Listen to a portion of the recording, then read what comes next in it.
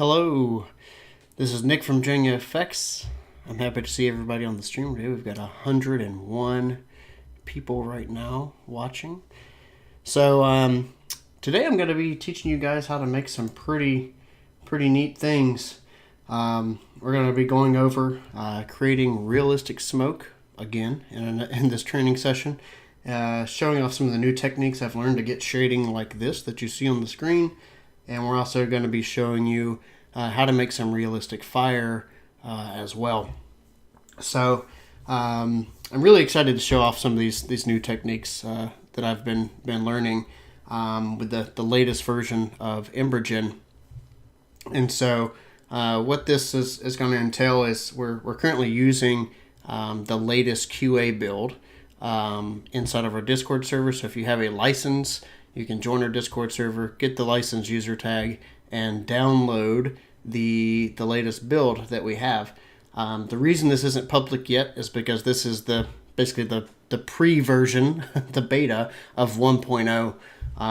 And so this has our new exporting system. So you can see that we have our export here. We have our render settings tab. If we go to the export, you can see that we have like a slider for exports and that kind of thing. So like if we went ahead and exported this simulation, we could go back and scrub it. And so let's go ahead and cancel that, and then so you can see here that if I pause it, I can go back and scrub and play back, so it can play back image sequences and the whole 9 yards. And this adds like some new rendering capabilities for sharpening and all that kind of stuff. So it's a new build, and you need a license to get it.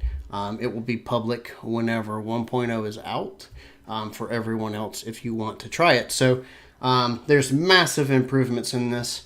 And one of the things that I do want to mention is going to change. So I hesitated on doing a stream today. I was going to do it last week, but I got sick, unfortunately. But one of the things that's going to change is some of the nodes that we have. We're probably going to merge this particle manager node into the simulation node. So if you follow along in the future, the node graph might look a little bit different because we're going to be changing some things up to the road for 1.0. But otherwise, we are going to be learning a lot of cool stuff today, and everything's going to be applicable. It's just going to be moved. And if you can't find something, you can always do Control P and search something like, vorticity or whatever, and then you'll be able to find that parameter wherever it is. So without further ado, let's go ahead and get started. And I think the first thing that I'm going to kind of show off is how we can get realistic smoke just like this. And you guys saw, some of you've already mentioned it in the chat, where we have a really neat portal effect, and you can see it chugging along here on my 3090, and hopefully I have enough audio bandwidth too. Let me know if I don't. But this was an absolutely insane simulation that I did in the span of about a day, and we can actually kind of go through and fix this. We can say like 120 to make it go a little bit faster for the stream. But one thing that I also want to mention is notice that whenever you pause the simulation now, everything is completely responsive. If I do Shift S to show my stats, our UI frame rate is around 430 right this second. And so what it is that we only render when we need to if everything else is static. So if you aren't animating anything or whatever, you don't have to worry about the UI locking up on you. So you'll have a lot better chance of working on large simulations like this. So let me just go ahead and click apply here, and we can kind of play through this. And a lot of the techniques that I'm going to show you today can help you create simulations exactly like this. And so what's going on here is we have two different particle emitters. One is the main emitter. So actually all of this is really just one emitter, but we get all this crazy detail because we're emitting from millions of particles. And so it's pretty crazy how awesome this sim is. And so and then we have a collider that pops up which creates the void in space. And let's see, YouTube just gave me an error and said that it's not getting enough bandwidth. So if you guys see any stuttering, let me know. I want to know. And somebody said, "Do you have a rendered version of the full res sim?" Yeah, look at our most recent video here on YouTube. It's called "Birth of a Portal," and actually, I could just show you here on my videos. So here is the full res version.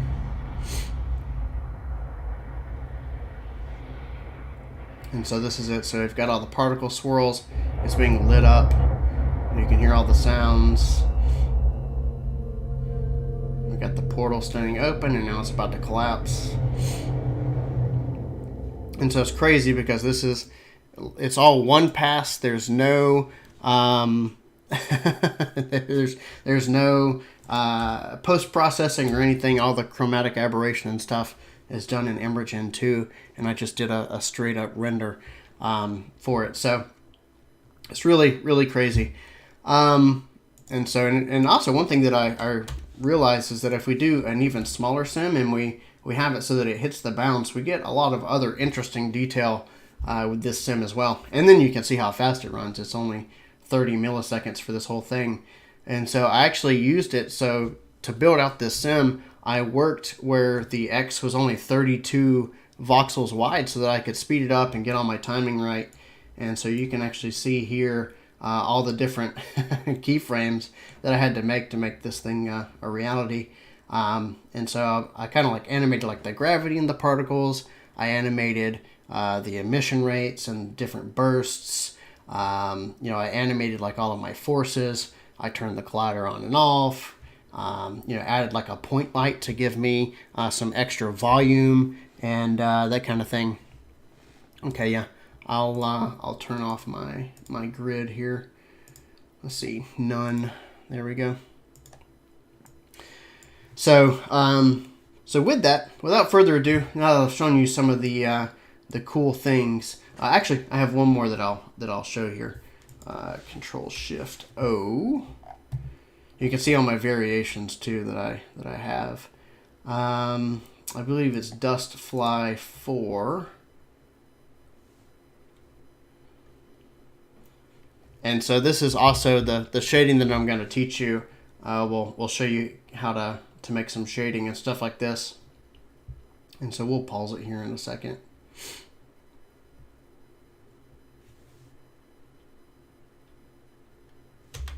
Okay, so we'll pause that and kind of come around. And you can see how nice this shading is. And one of the big things to note is that it's actually really crisp now. And so we used to have an issue where the volume wasn't very crisp and whatever, and it was often blurry. So it looked, say, something like this. And it's just like whenever you get closer, you're like, man, like why can't it be crisp or whatever? And maybe it will look like this. But now we have the ability to have our ray mark sharpening.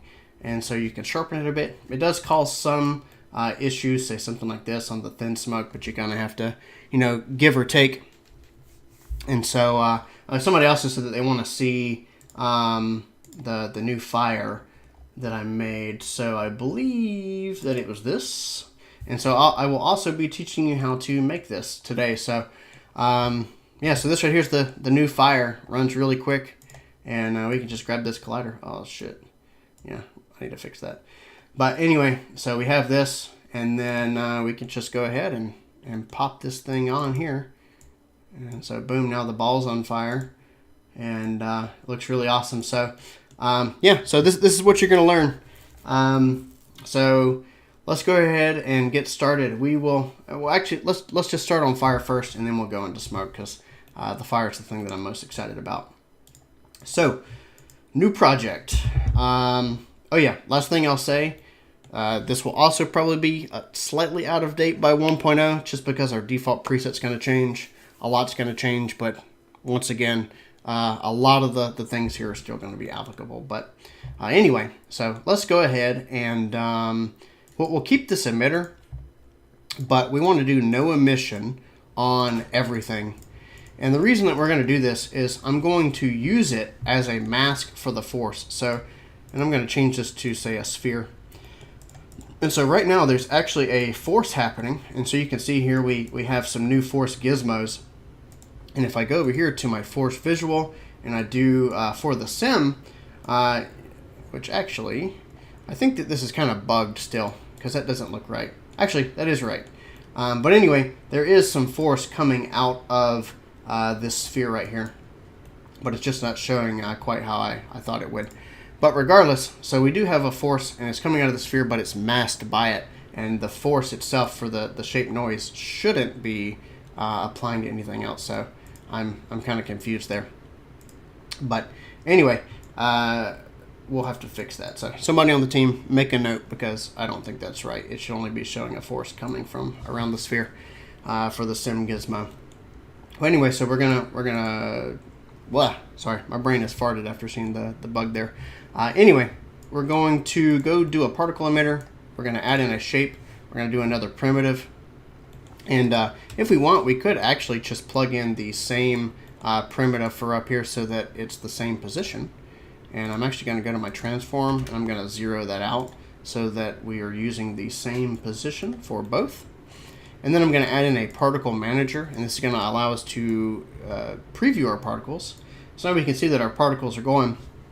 And the thing is that particles, they allow so much more control with the amount of detail that you're injecting into your simulation.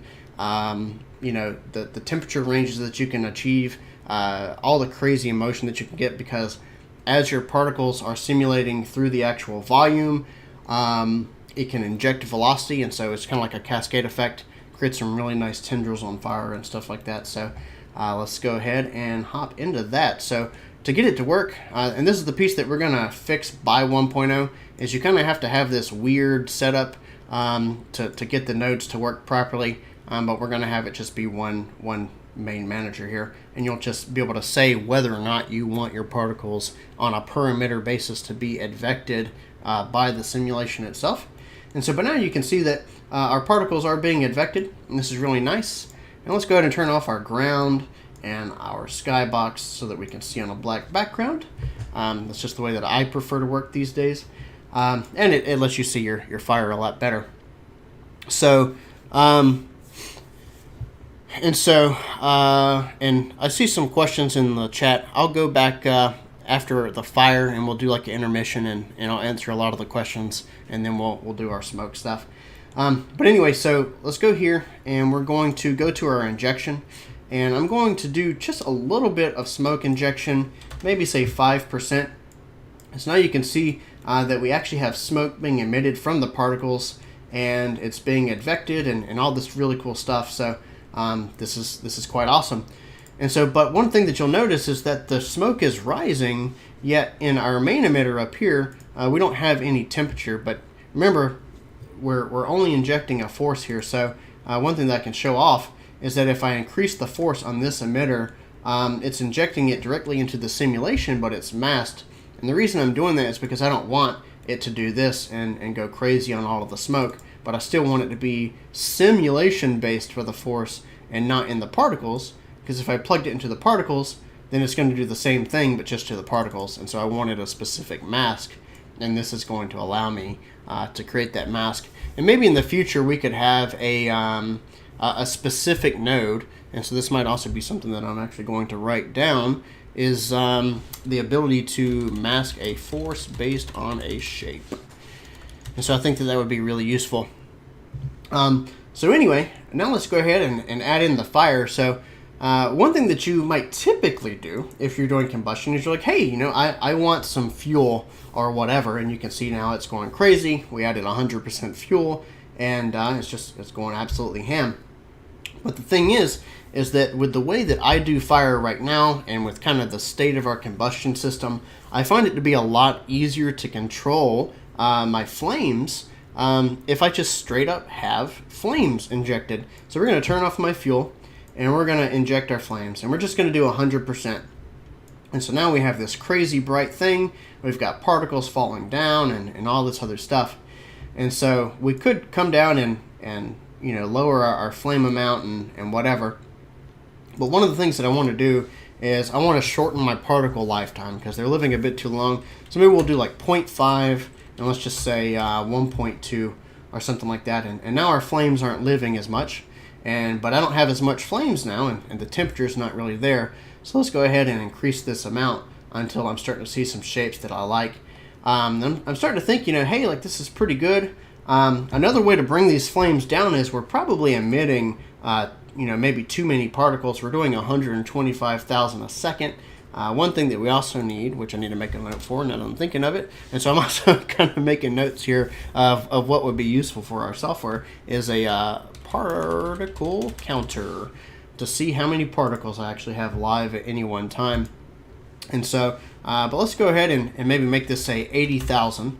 And we're going to see kind of how our flames die down a little bit.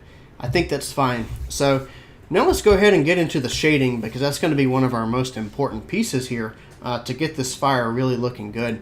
Actually, before I do that, I see one problem. And so right now we're using BFECC, which is like the backwards and forwards advection method that we have. We also have semi-Lagrangian, I believe is how you say it, but it's not enough detail. We had a bug in EmberGen that we just fixed in this latest build where the velocity wasn't being advected regardless if this box was checked. And what that does is it kind of gives us some more natural dissipation that you might find. But I find that for fire, I like to not advect the velocity. I only like to do the other channels inside of the actual simulation. And so I kind of like this. And then from here, I can crank this vorticity up to a higher amount, but not exactly stall the voxels with the actual velocity advection. So we're going to up this vorticity maybe to say 60, and now we're going to get into the shading of this. And so from here, we can go to the shading node, and we have render flame selected. It's always selected by default. And for the flames coloring, we're going to do an exposed gradient. I'm going to kind of show you my technique for making sure that your gradient is correct. And so the first thing I'm going to do is make the first bit red, and then I'm going to make this side green, and then I'm going to add black to the center, and I'm going to kind of put that up to the edge. Then I'm going to go here, and this is a thing that we hope to have fairly automated in the future with a histogram. Somebody said the expected duration of the stream, probably an hour and a half is probably how long we're going to be going. And so right now we have this, but we don't see any red, and so that's kind of an issue because we want to make sure that we're using the full gradient here.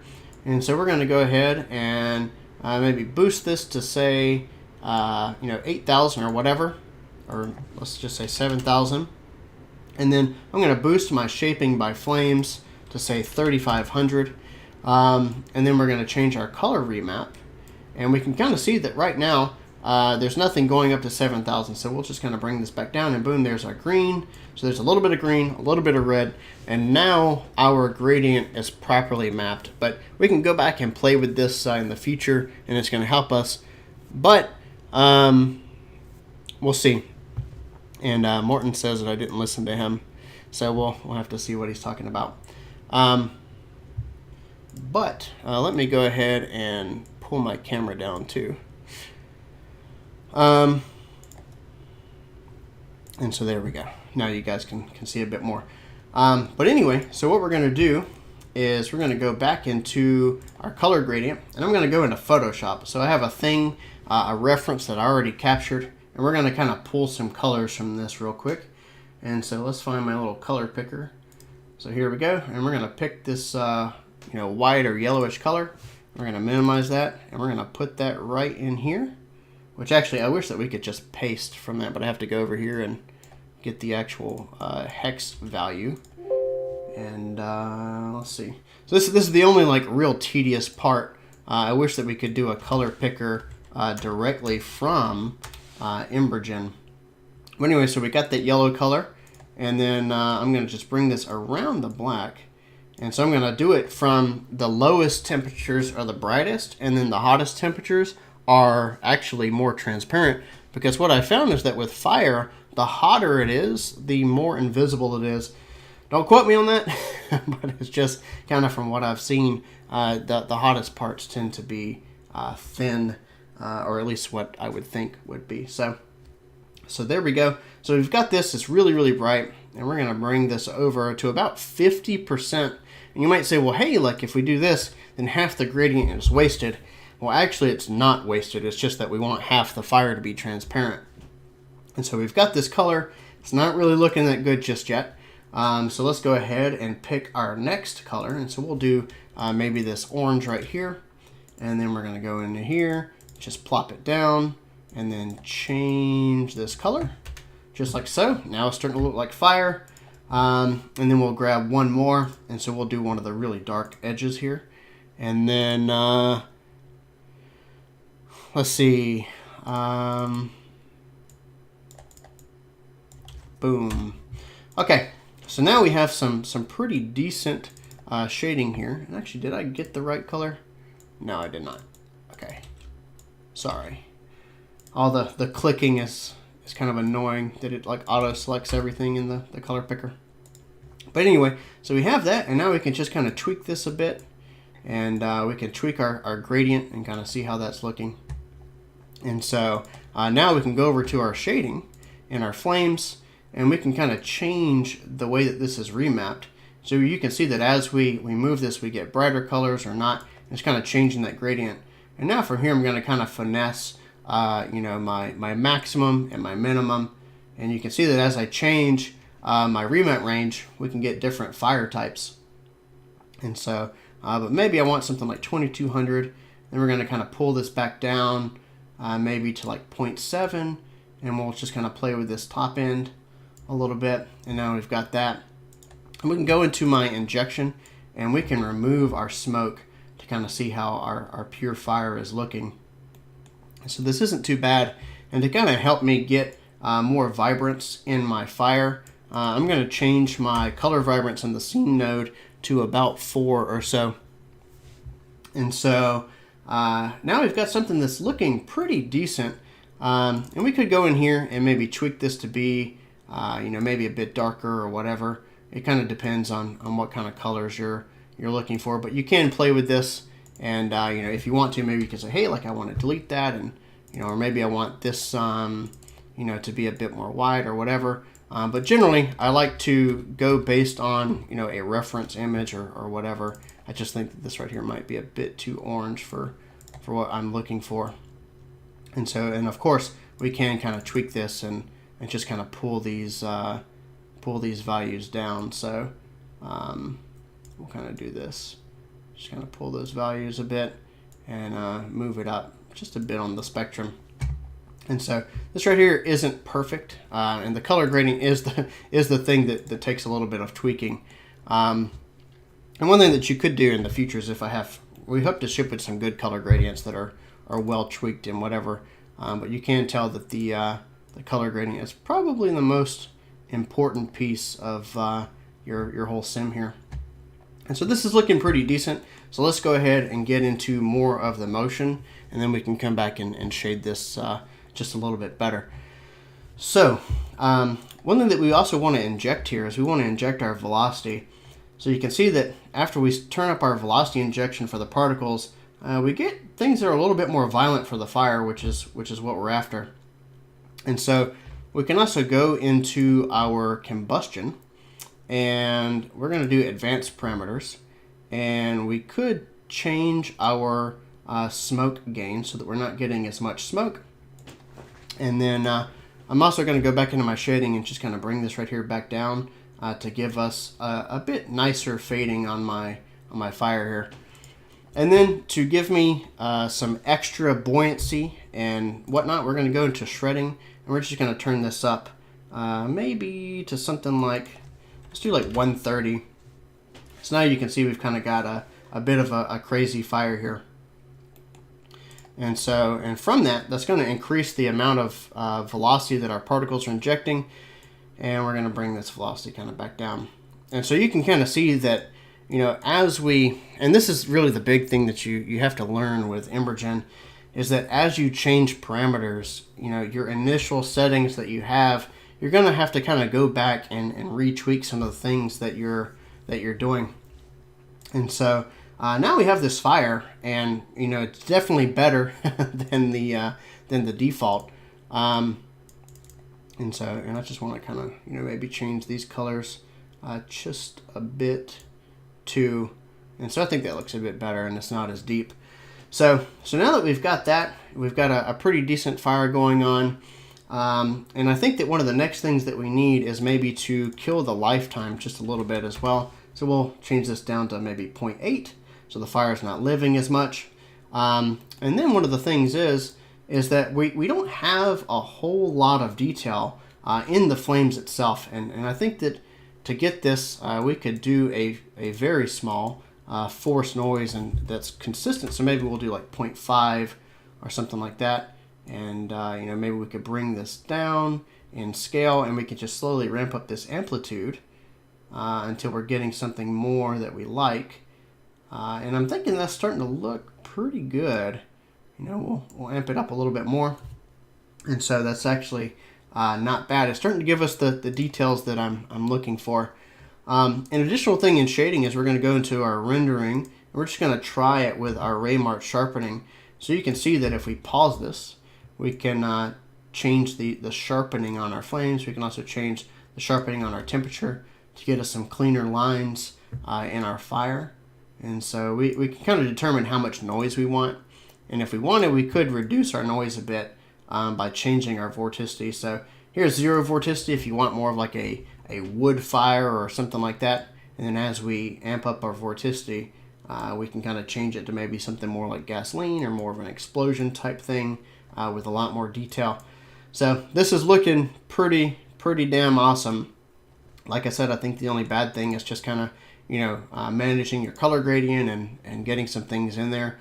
And if you want to, you can do tricks where maybe you're adding more darkness or whatever in between. That's going to give you more transparency and things like that. And so just come in and play with your gradient and see what kind of effects you can get, and really change your colors and use your references, pick different colors and kind of see what works. And so it's all up to your colors with how this works. And so and then of course like I said, your blacks are where your transparency is, and we can bring this up or down or whatever to determine what type of fire we're looking for. So that's really kind of my tricks to shading the fire. We could also do some more post-processing. So if we go into the volume node, we can dilate it. And one of the cool things is if we come in here and we puff it up, it's not going to look as good. But we could also come in and do something like negative dilation. So we could pump up our smoke if we want to. We can make that a little bit more detailed or whatever. And so this can help us get some pretty neat effects. You can see that if we can negatively dilate my temperature as well, and that's going to give us some really neat thin fire licks, if you want to call them that or whatever. And we can come in and dilate this negatively as well for the flames channel.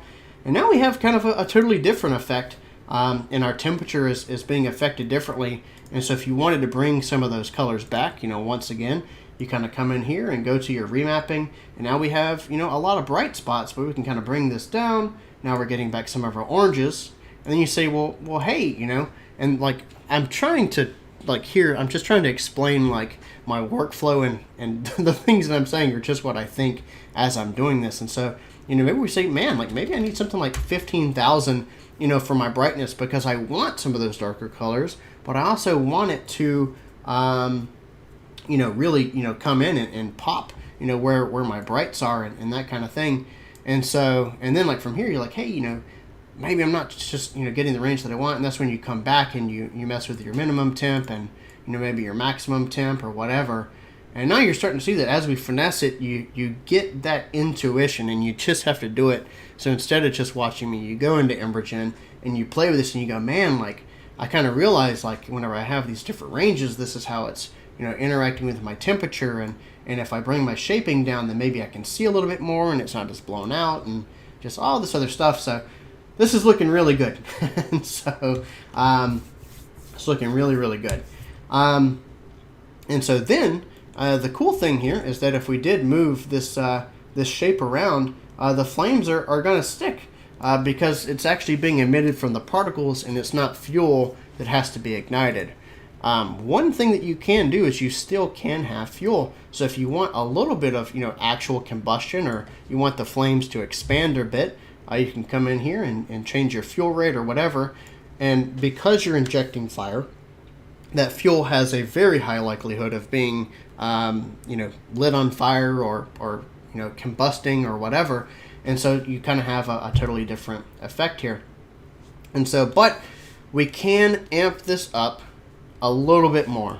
And so let's go to our forces, and I'm going to bring my buoyancy down a bit here. And I don't want it to go up as much.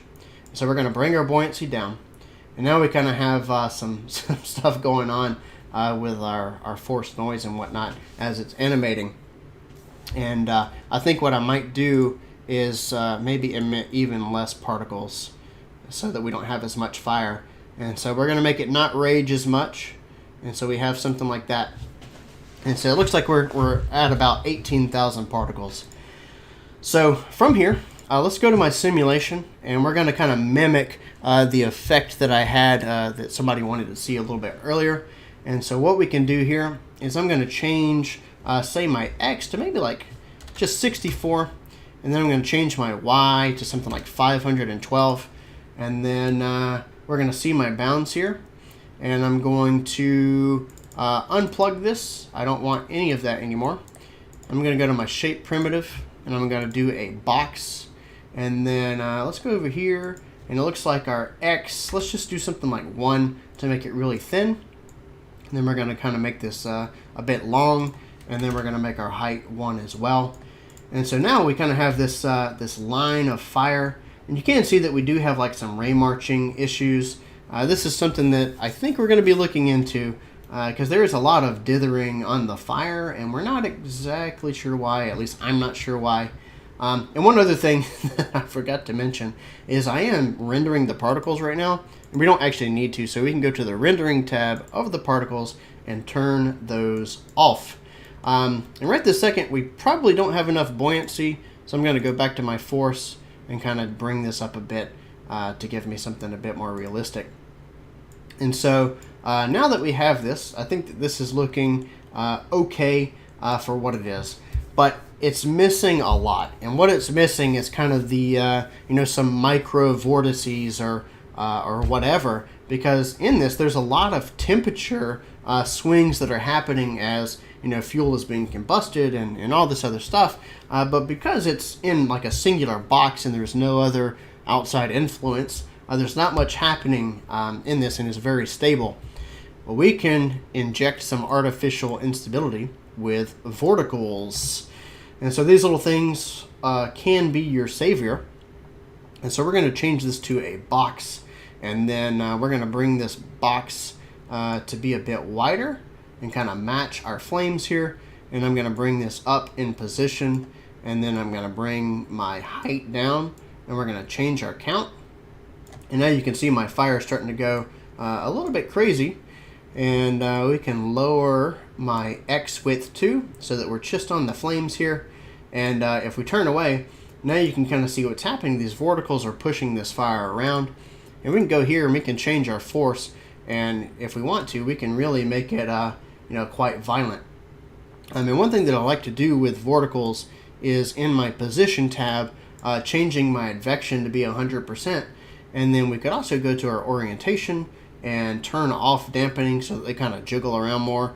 If you don't want them to jiggle as much, or you want them to stay the same, you can turn dampening all the way up. So we'll just make it a lot lower. And then we want to randomize my orientation as well. And we'll just do random orientation. And so now we've kind of got this, and it's pretty neat. You could also change your size of them as well. So if you want some really big wafts or whatever, you can do that.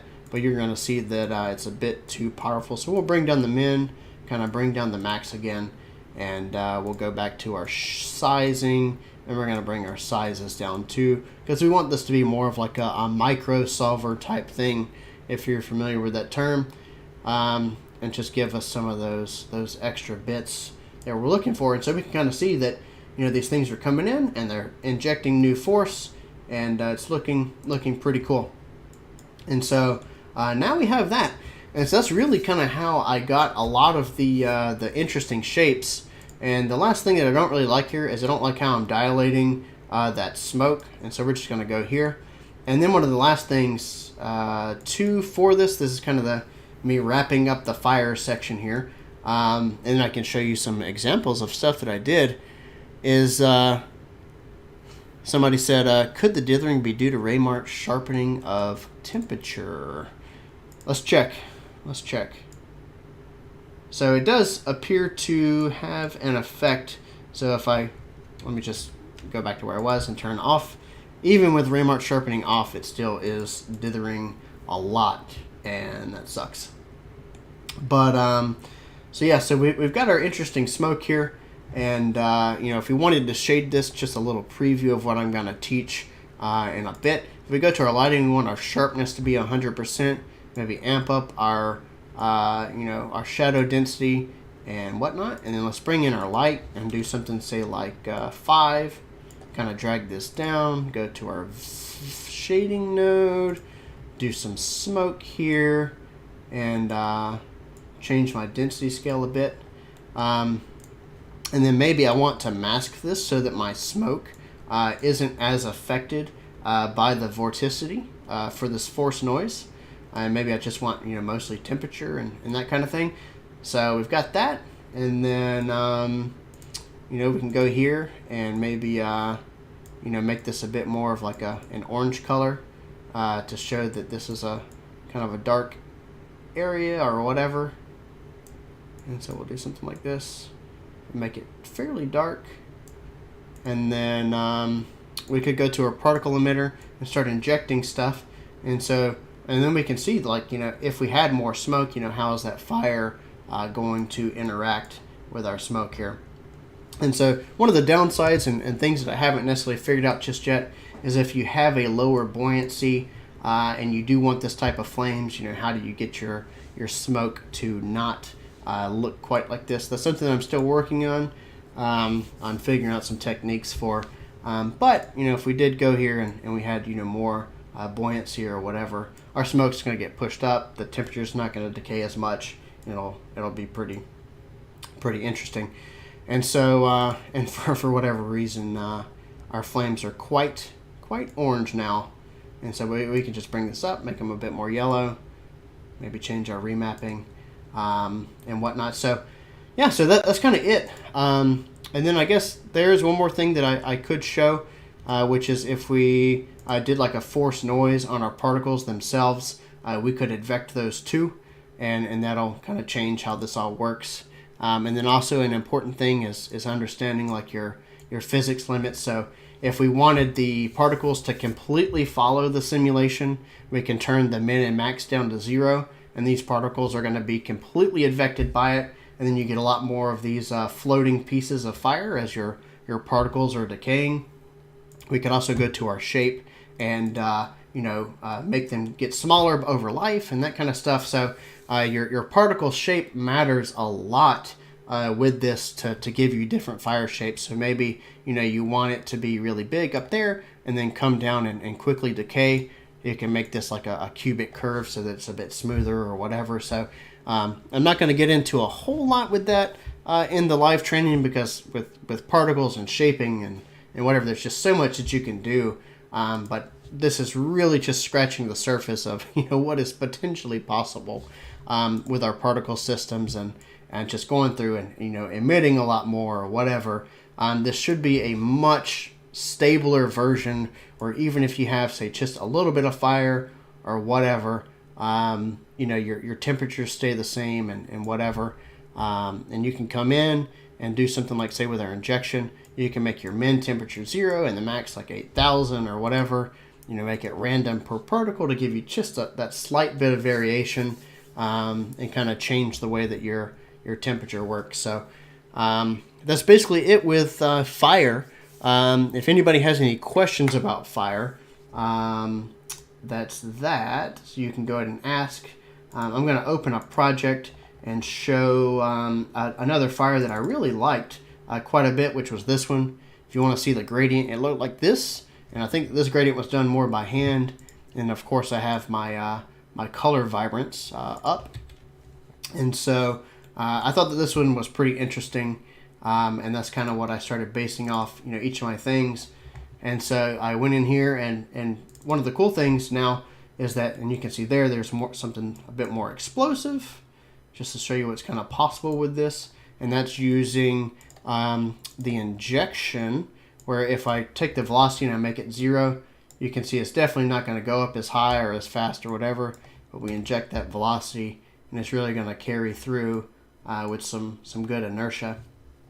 And so, and this gradient should be the same.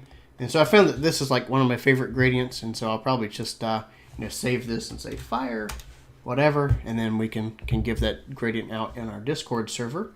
And I'll probably send out some of these presets too in our Discord server if you guys want to play with them.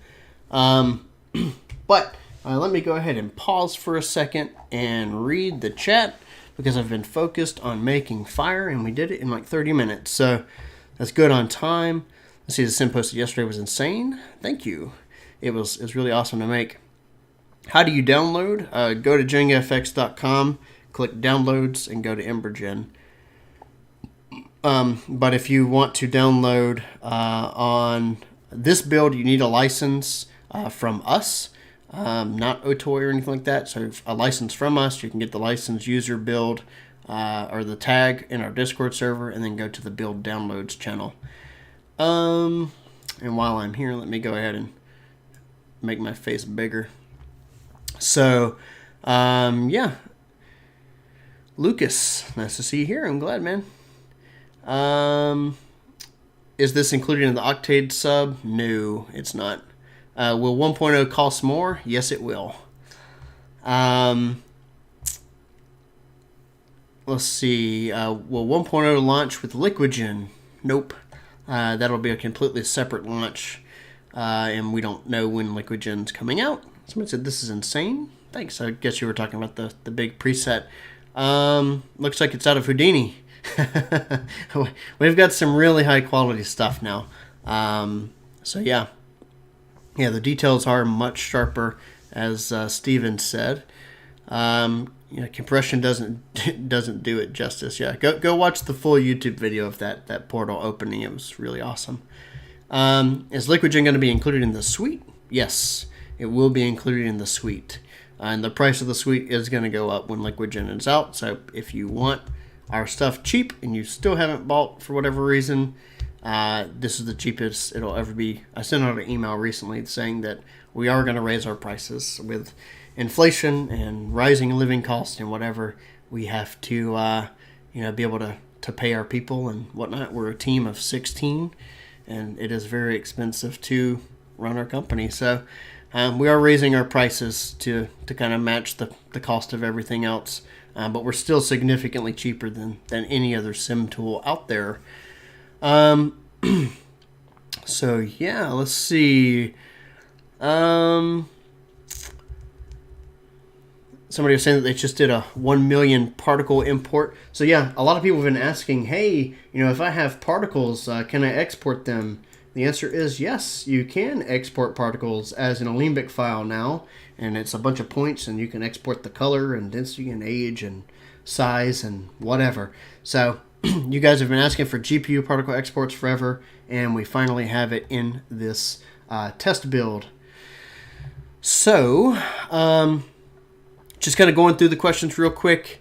I hope you guys can do a Harry Potter magical tutorial, like beams blasting and whatever. You don't necessarily know what those look like, but it's probably possible to make a tutorial on something like that. Yeah, Unreal Engine has a color picker that allows you to pick from anywhere on the screen. Yeah, I'd like that in our software too. Hot flames should move out of the visible spectrum into infrared spectrum, so yes, really hot flames are not visible. Exactly. So I'm glad to know that somebody can corroborate what I was saying about the flames. Does anybody have a link to the pre-release test build? I'm a licensed user in Discord, but can't seem to find anywhere. Yes, it's in the build downloads channel. and you need the tag to see that channel because it is hidden. Has anybody tested its output performance in Unity? It would be a flipbook, so there shouldn't be any performance hit at all. Because it's definitely not volumetric in a game engine, unless you're using like the VDB plugin for Unreal. Is this how you would make the Fire work well for flipbooking? Yeah, if I was going to make this into a flipbook, I would come in here and I would do something like, say, a mission. Let's just try 5,000 and kind of see what that looks like to bring it down. And then I would go to, say, my camera.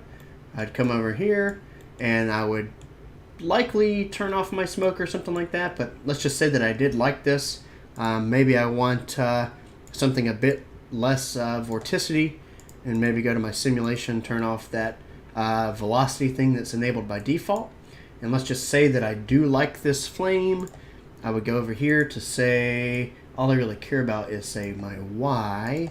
So let's do like 256 to make sure it has enough room to breathe. And then maybe I will shorten my particle life to like 0.6 to make it not live as long or as high or whatever.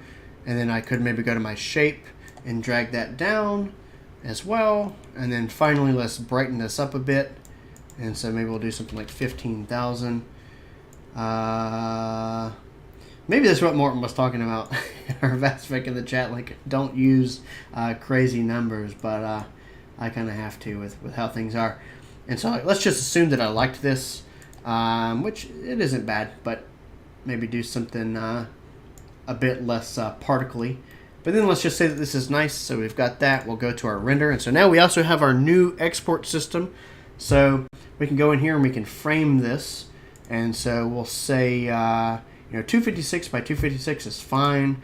For the width, we'd probably do 128.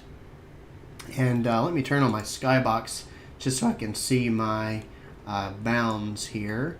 And so we've got something like that. So that's where the texture is going to fill. Looks like it's going to cut at some points, but that is what it is. And so we'll go ahead and render this. And so we want to start maybe around frame 60. We want 64 frames, 2048. Everything else seems fine. We'll change my directory. Sure, renders. Export now. I'm rendering the wrong channel. So we'll do render all. Or we could actually just do, say, something like emissive and scattering, because that's what I care about for fire. And so there we go. There's my flames. And we can go over here to our new flipbook previewer. And actually, I think I messed up. This right here should be 2048 divided by 2 and something like that. So let's try again. Overwrite. Now we have the proper sizing. And there's my flipbook. And so that's it. Then you would export this to your game engine and use additive blending, most likely. And if somebody has a good use for why alpha is used on fire... Oh, and sorry. I have my camera. my camera doing things. I was like, I promised myself, like, man, I'm not going to forget this. So sorry. If we go back to the render here, I chose emissive and scattering. And then in my export, set it to 1024, 8x8.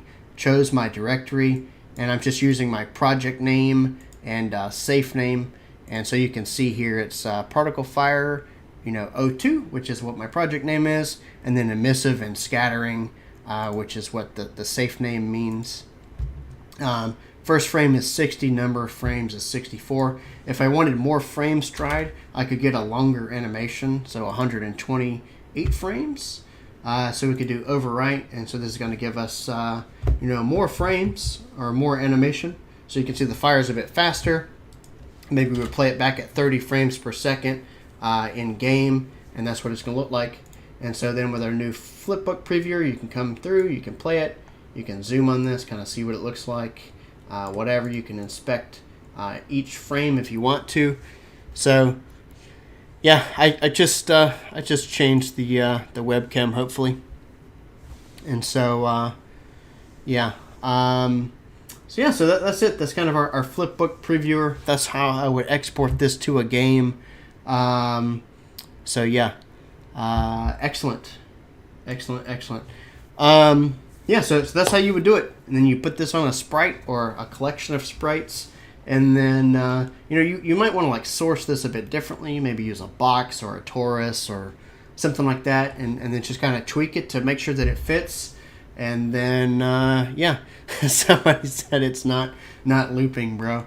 Yeah, I don't know if our particles can loop or not. We can try it real quick. I don't want to get too caught up on it. But let's see, loop simulation, continue. We're doing frame 60. So let's see, time control, loop simulation. Oh, particles managed in use. Yeah, so you can't loop with particles, but one thing that I hope that we can add is a frame blending looper. So say you could export a sequence of these. So you would go here, change this to sequence, and we would do 128 as our width. And so one thing I can show as well is we could export this as our sequence. So now it's not being packed into a flipbook for us, but we can still play it back inside of EmberGen, which is awesome. So we can go here, scrub it. You see that we have our frames. But maybe what you would do is you'd say, hey, I want, maybe 80 frames. And then, what that would allow me to do is take, say, the first 10 and the last 10 and blend all of those together in post. And so hopefully we could add a custom frame blender ourselves to create something like that. So that's how you would export this as a sequence or as a flip book. So yeah, and like I said, if anybody has something to do with the alpha, let me know. So they say how to export the same look with the alpha channel. Well, you can't. Flames technically don't have alpha. Typically, you use something like luminosity, but yeah, I just. Personally, I'm sure somebody on my team understands why you might need alpha, but with me always working in games, I've never understood the need for alpha for fire specifically. Somebody said, so OTOY users won't get this version. You will when 1.0 comes out, but after that, we're not going to update the OTOY license anymore. And so after 1.0, if you want any more updates, you will have to purchase from us. And so yeah, so with that, and then of course, like if you want EmberGen and stuff like that, you would need to buy the suite from us anyway. Somebody said it can be looped right, not with particles. If we did really want to loop this, we could come over here and just do something like an emitter. Instead, turn off our particles. And then you can see that we kind of have like the same fire, but it's not quite the same. We could export this and just see what it looks like real quick. So export. And I need like a button over here on this node too. And so you can see that we have something a bit darker as the other type. So you could come in, change your shading if you want to.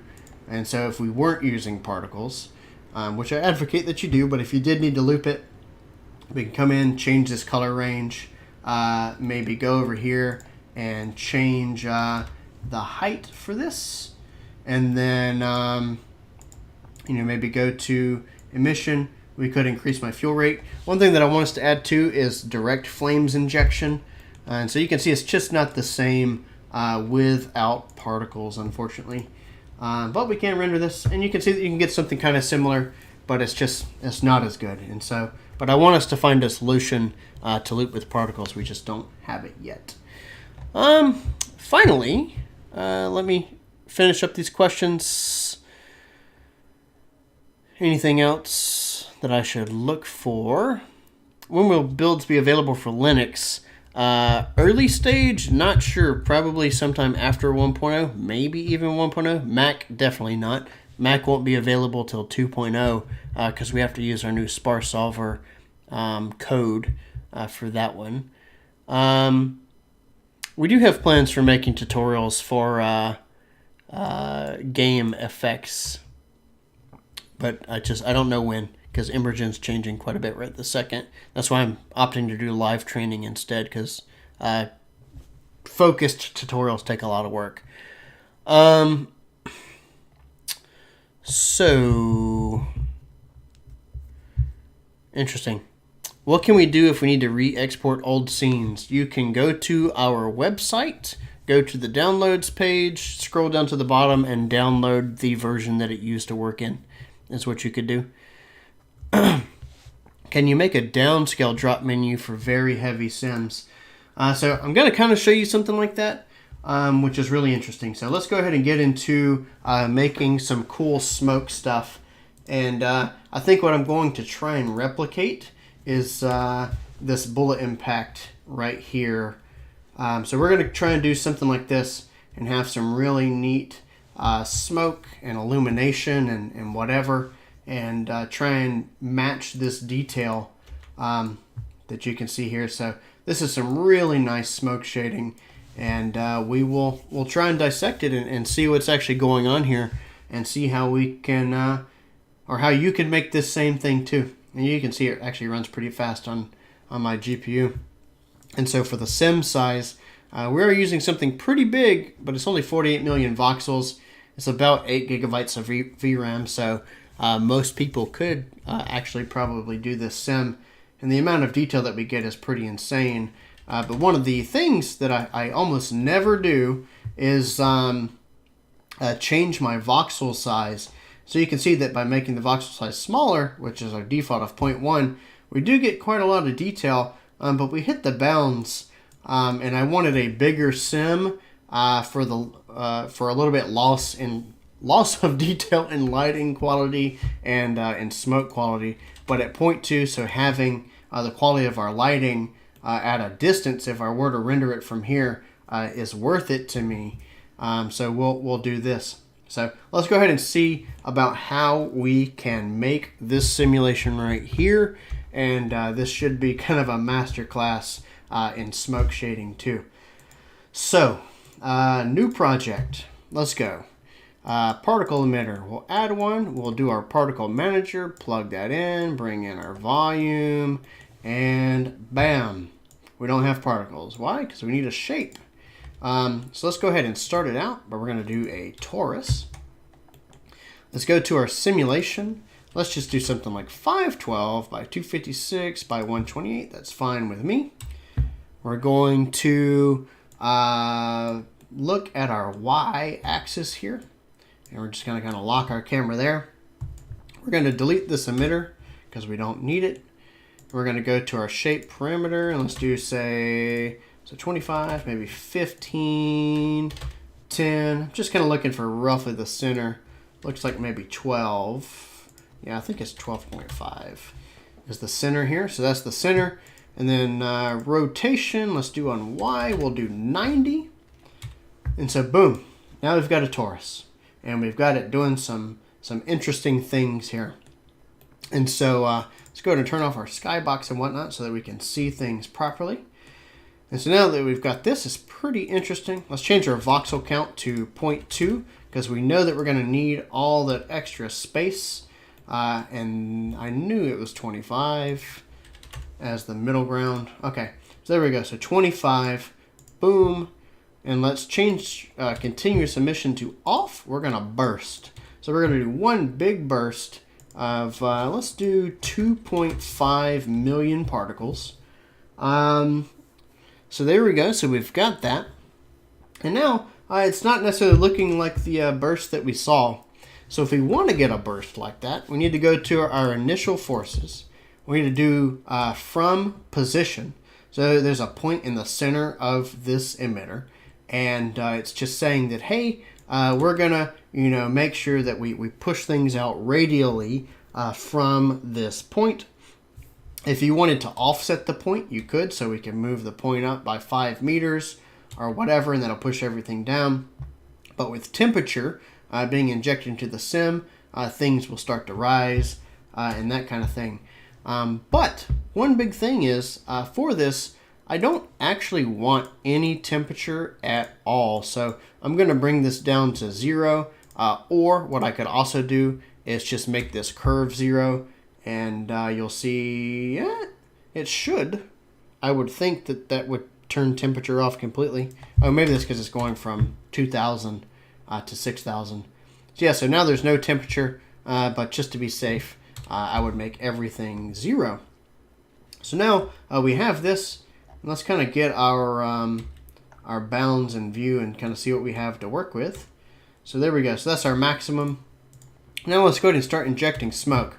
We'll just do 100%, and we can kind of see where we've got there. And let's bump up this force to like 120, so something huge. And we also have it so that the particles bounce when they hit our bounds. So let's fix that. We're just going to change it to kill on everything. So if it does hit the bounds, it's just going to kill. And so with our injection, we have that. And let's change this back to 0 so that it's radial. And so now you can kind of see that our particles start falling as the velocity decays. And that's definitely what we are looking for. But additionally here, we don't have a whole lot of motion. And well, it is that that pesky BFCC velocity. I don't want it here once again. And so then we can also go to our vorticity, and let's just bring this down to something like 8 just for a bit to see where we stand. We're going to go to our injection as well for particles again, and we're going to bump up our velocity. And so it looks like we had something bounce. Why are you bouncing there? I'm not exactly sure. And so perhaps that's too much velocity. Probably. So we'll go over here and we'll do something like maybe 5-ish. It is interesting. I don't know why it's being affected so much. I'm not like injecting pressure or anything. So maybe let's reduce my smoke amount too. And so now we have that. Let's go ahead and turn off our particles. But what we're going to do is we're going to make them emissive. And translucent is fine. It doesn't necessarily matter. We can boost with our emissive or whatever. We'll do maybe 1200. And with our initial color, completely white is fine. But we want to modulate over the life of these particles. And I only want them to live maybe 0.5. Whoops. Wrong tab. Where's that? Time control. Oh no, I moved to the next node. Life, and then we'll do maybe 1.2. So they were living a bit too long as well. And so now we have something that looks like this. And we can also go to our active forces and kind of change this up a bit. We probably want some forces here like noise to help us break up this particle motion and prevent it from being so affected by the sim. And now you can see we're kind of getting this interesting burst pattern and whatnot. And also I do want to, for active forces, increase my gravity as well so that we get some things that kind of fall down. And so, but now let's fix our lighting, and we're also going to fix a lot of this this shading. So with that, let's go ahead and stop it there, and we'll do injection, rendering, and let's go to our modulation color, and let's expose that to the node graph. We're going to do a color gradient, and then we'll do something just kind of, you know, darker or whatever. So we'll make like a light yellow, and then we'll do like a steep red that I used like old times, and then we can go over here and make that like black too so that it fades out. So now we have something kind of like that, and maybe we do want to increase my smoke injection to 100%, and so we have something like that. And now we just kind of need to tweak this motion a bit. It is falling too much. And so, and I'm kind of like, we're also making a completely new effect here too, because yeah, we need to change that probably to be a lot longer duration. So now we have something like this. So that's looking pretty interesting. But now a lot of our detail needs to come from our actual shading. So let's get into that. So we're going to go to our smoke. We're going to do a color ramp, and we're just going to make the first bit completely black. And then we're going to make this kind of white, so kind of a light gray or something like that. And this is going to start to bring out a lot of the detail in our smoke. We're not getting a lot of the motion that I'm looking for either. And so there's a few things that we could do. Maybe we can change this to fourth order to give us a bit better accuracy in our smoke advection. And then also maybe, just maybe, I do need to inject a bit more for our velocity. And so we'll go here, kind of inject a bit more. And now we're starting to have quite a bit more motion, and it is looking pretty interesting. So we have that, and so we're just going to leave it here, and now let's kind of do the shading portion of this. So first off, the scattering occlusion needs to be quite a bit higher, I think. So we'll do something like 2.5. For our lighting, I like making my shadow sharpness 100%. And then for ambient occlusion, we'll bring this up maybe like 63. That's looking pretty good. And let's go ahead and change our light directional to something like 5. And then let's kind of change this to be like on the side, kind of give us some higher elevation here, and kind of see how this is looking. It's looking pretty decent. We do have some pretty voxely particles here, but we can kind of change that in a bit. We might be emitting too many particles. Maybe we only want to emit something like 1.5 million to kind of give us less of that. And we're also doing it regularly, so maybe we want to emit from an entangled emitter, which will give us some better clumping, which I am liking that quite a bit better already. We could also do like a jitter distance to kind of break up how that entangled emitter works. We could add some more entangled clusters by bringing our count down. And so that's looking pretty interesting. But now let's get back to the shading. And let's shade it whenever it's really quite here to give us what we're looking for. So we're going to change our shadow density to be a bit higher too. I want a bit more direct light contribution, so that's going to change how much scattering the actual sunlight gives us. And so you can change the scattering amount for the particles as well. And we could lower or raise the particle occlusion if we wanted to. Then we're not going to mess with anything with masking or flames once again. And if we want to, we can change our density scale. I like doing that. So instead of emitting more smoke, we could just have more density. One thing that does do is it really amplifies the aliasing on this. We could also bring it a bit more down if we wanted to not have full density, and that kind of gets rid of it too. But we are having some issues with blurring and whatnot, so let's kind of like squeeze the detail out of this. So this is where post-processing comes in. So we're going to do a dilation, and we're going to come in and go negative. And by doing negative dilation too, it's also kind of going to remove some of those particles that we might not want and whatever. So we'll bring this down. We're going to change our softness to something like 500%. So just max that out. That's going to remove a lot of our particles. And boom, now we've got quite a bit more detail in the sim by changing that dilation, maybe 137 or so. Looking pretty cool. Pretty cool. And so from here, we've got all these like really neat tendrils. Let's go into our shading and rendering. We're going to turn on our Raymark smoke sharpening and really amp up this color, something like 430. And then boom, now we've got something quite detailed. We've really kind of pulled those details out with all of our sharpening and negative dilation and whatnot.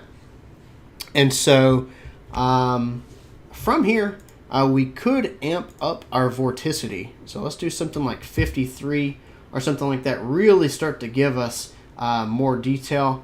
One thing I'm also going to do is kind of change how these particles are interacting.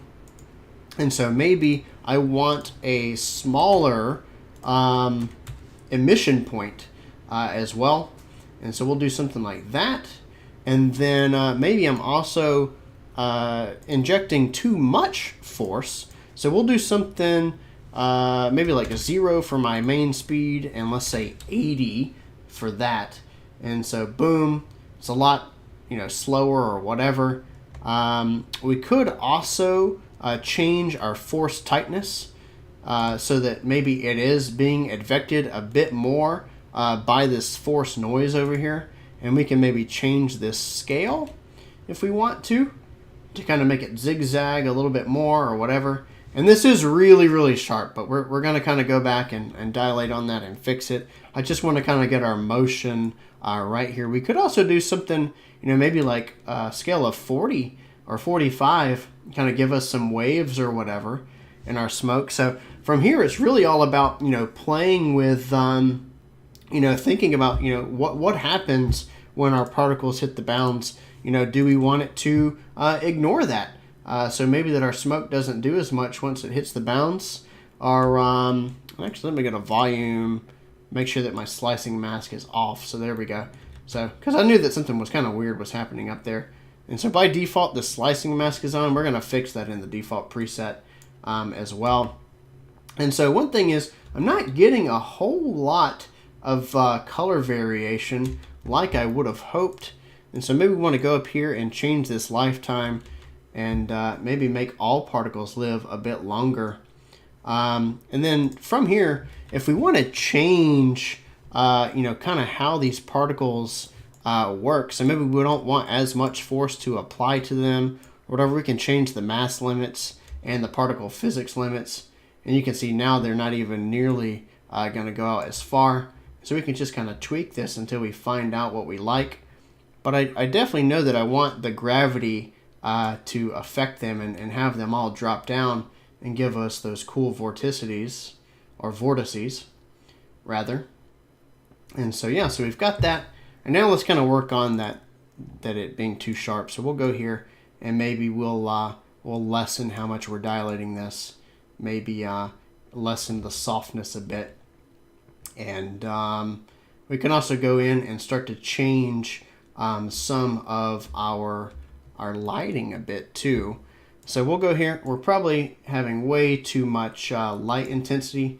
So we'll bring that down, and then we can go into our extinction color. And maybe we want to give it a little bit more color variation. So we'll come in here and do something a bit more orangey or brown or whatever.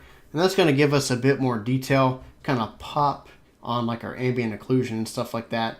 And, it is possible that maybe we do want to advect our actual BFECC velocity too. Maybe not. You can see that it does add quite a bit more there. We could try to do, say, less vorticity. So something, say, maybe like 23 or whatever, and kind of see how that interacts. We can see that we do have a lot more motion. It's not getting as stuck. We could also change our shape over life so that we, maybe we don't want it to emit as much smoke as it expands outwards. That's starting to fix some of those issues or whatever. I do think that I like the high vorticity though, because typically that's going to give us some really high quality, detail, or some high details there. And it might be that maybe we need our particles to clump together a bit more so we can turn off that jitter and increase that entanglement count and have a bit more clumps. So now we have something that's kind of like that. And, maybe we need like another force. I think that I did have a line force in that particular node. And so we'll do 90, on Y. And so we'll turn off our push, but we'll turn up our twist. And so let's do something like 20 just to kind of get it going and kind of see what's happening there. And you can kind of see that this is what I did with my portal effect. And so we could do like a negative repel as well to kind of help draw those particles in, and do maybe 1. And let's just kind of bring up this twist until it starts to look, kind of interesting, and keep some of those particles in the center or whatever. It could be that maybe this noise right here is a bit too strong. And so like from here, like it's really, as you can tell, it's really about finessing the motion of your particles to kind of determine, you know, what kind of effect you want to get out of this. So you can see that force line does a lot. We could do a fall off so that if it's far from the center, it doesn't have much effect. And so we can kind of change this distance here for the fall off. And so we have something like that. It's just kind of interesting. And you could animate this over time so that, say, you know, maybe at the beginning we have a thing, so we could just go here, do this, and then turn it off after a second. And so then boom, you know, it's kind of animating. We could also animate the gravity if we wanted to or whatever. So yeah. So this is pretty interesting. Like this is how you can get some neat things. But let's kind of like change up the shape a little bit. We'll do, say, maybe a sphere. And then from here, I'm just kind of thinking about how we can change this up a bit. So and maybe create something a bit more, you know, reasonable or realistic or whatever. So we'll go over here. We'll put the sphere in the side over here.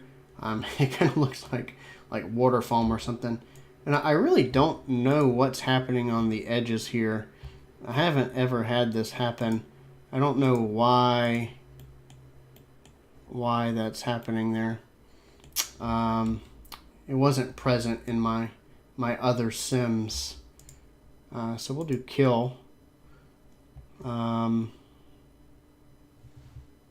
know, I could have done bounce and maybe had like a much lower distance or something, but I don't think that was it either. So I'll have to look at the other effects. So here, we'll save this as test, and then we'll open up our bullet impact. Just going to see what was different about this. See if we had any of the same issues. Doesn't look like we did. And so, looks like we have a forced noise. We're scaling it. We are emitting from a torus, like I thought. Very small radius. In our vorticity, we are doing like 35. Sim size is all the same. And our lighting, we actually had a light intensity of 10 here. That means we probably have a higher density, I would presume. Yeah, a little bit. And then in our volume, we are dilating it. And then here, so see, it's useful to go back to other presets sometimes and say like, hey, like, you know, what did I do here? And so, because this right here, it does look really nice. I am curious how I got this to do that, because I was just playing around. So, it looks like my speed limit is only 76, and I'm going from 53 to 100 on physics limits, but I do have a really low mass limit. I am animating my gravity from 0 to 50, so I am changing it over time. So we can see that there is quite a bit more here that is that's being animated, which is quite interesting. And then to get this shading here, yeah, I did do the colors right, and so I did do a color ramp. I'm not really changing anything else there. And then I think on my scattering, let's see, I do have my direct light contribution lower, because if I had it high at a rate like this, you can get something a bit more bright. So maybe you do have something that's like in an outdoory type setting. And looks like my camera is kind of messed up here, because I changed it on accident. And so so we've got that. And so yeah, if you wanted brighter smoke or whatever, you can change that direct light contribution. But I do like to keep it pretty low. And I help, yeah, because I like shadows personally in a lot of my stuff, but it does depend on your situation. And so you can see that we do have some. So let's go to my default cam, and we'll zoom in here. And we can see that we kind of have some stuff that's staying stagnant. It looks like we've got our force noise. And we don't have anything exposed here, but it is a small scale and a low amplitude that is affecting our particles. So if we go back to our test that we were working with, one of the things that I did notice in my active forces was I did have a lower mass limit. This was 100. That was about 55. And then we do have some weird stuff happening with my noise right here. I don't know what's going on there. Maybe that's my line force. And so, yeah, so this was about the same. So there we go. With those different changes in mass limits, it is a bit different. And we can just go over here. We'll animate my gravity like I did. So it'll be, say, 0. Oh, not negative. So 0. And then just something like 85. And so, boom, it's going to blast out. And then now we have the drop. And if we went back and changed this to a torus and whatnot, we should have something really similar to the other sim. So there you go. So that's that. And so I do think that it was just, yeah, so that was that. And then with my initial forces, you know, we could probably drag this down even more. You know, maybe increase my force tightness. I don't really remember what my force tightness was. So yeah, that's quite awesome. And to get the darker brown effect, we kind of have two options. But I think that with my smoke, I didn't have a white color. I had something that was a bit darker brown. So say something maybe like that, and that's going to give you a bit more color variation too. And so we can change this lighting to be, say, 10 like I had it, and then I like my shadow sharpness where it is. We could bring, you know, our ambient occlusion up if we did want some more shadows, and so we can work on like our shadow density. So you can see, you know, playing with this slider is quite nice. You could also go into like your advanced parameters, but I find now that, you know, tweaking it with this is quite fine as long as your shadow sharpness is 100, and we'll probably make that the new default. You can change like your shadowing intensity as well, and so we'll just decrease that contribution there. So now we've got this you know, nice injection of light. We've got these cool particles and whatever. We could also, if we wanted to, change, say, our smoke weight as a force. So we could do something like, say, you know, 5,000. That's probably way too much. It is. So then we'll start with a really high number and then go lower. So boom, let's bring it even lower. So something like that. Kind of bring that down. And then all of our smoke is going to start falling down too. And yeah, so that's kind of how we make this work. It's really just kind of, you know, playing with your emitters and whatever. You can change, you know, how many particles you're emitting. So right now this is, say, 500,000. One thing that I do think is an issue is like our entanglement doesn't go all the way through to all angles. So we need to fix that. And boom, that's looking pretty much like my bullet impact. And it's got some really nice detail. And if we wanted more, we could come over here, simulation size, 0.1 on the voxel size, bring this down to 12.5, and then boom, we've got quite a bit of unique details. And so then from here, and you know, maybe our force noise is a bit too much or whatever, so we can kind of change that, have it not have as much effect or whatever. But then, like, where this can be useful. So now that we've got this really cool smoke shading, like, let's kind of see like what else we could do with it. So, you know, let's take our simulation and we'll keep this like this, but maybe let's do like 128 or maybe 256. Oh, not 2000. 256 for the height and maybe 196 for the width. And let's do something where maybe we have a continuous emitter.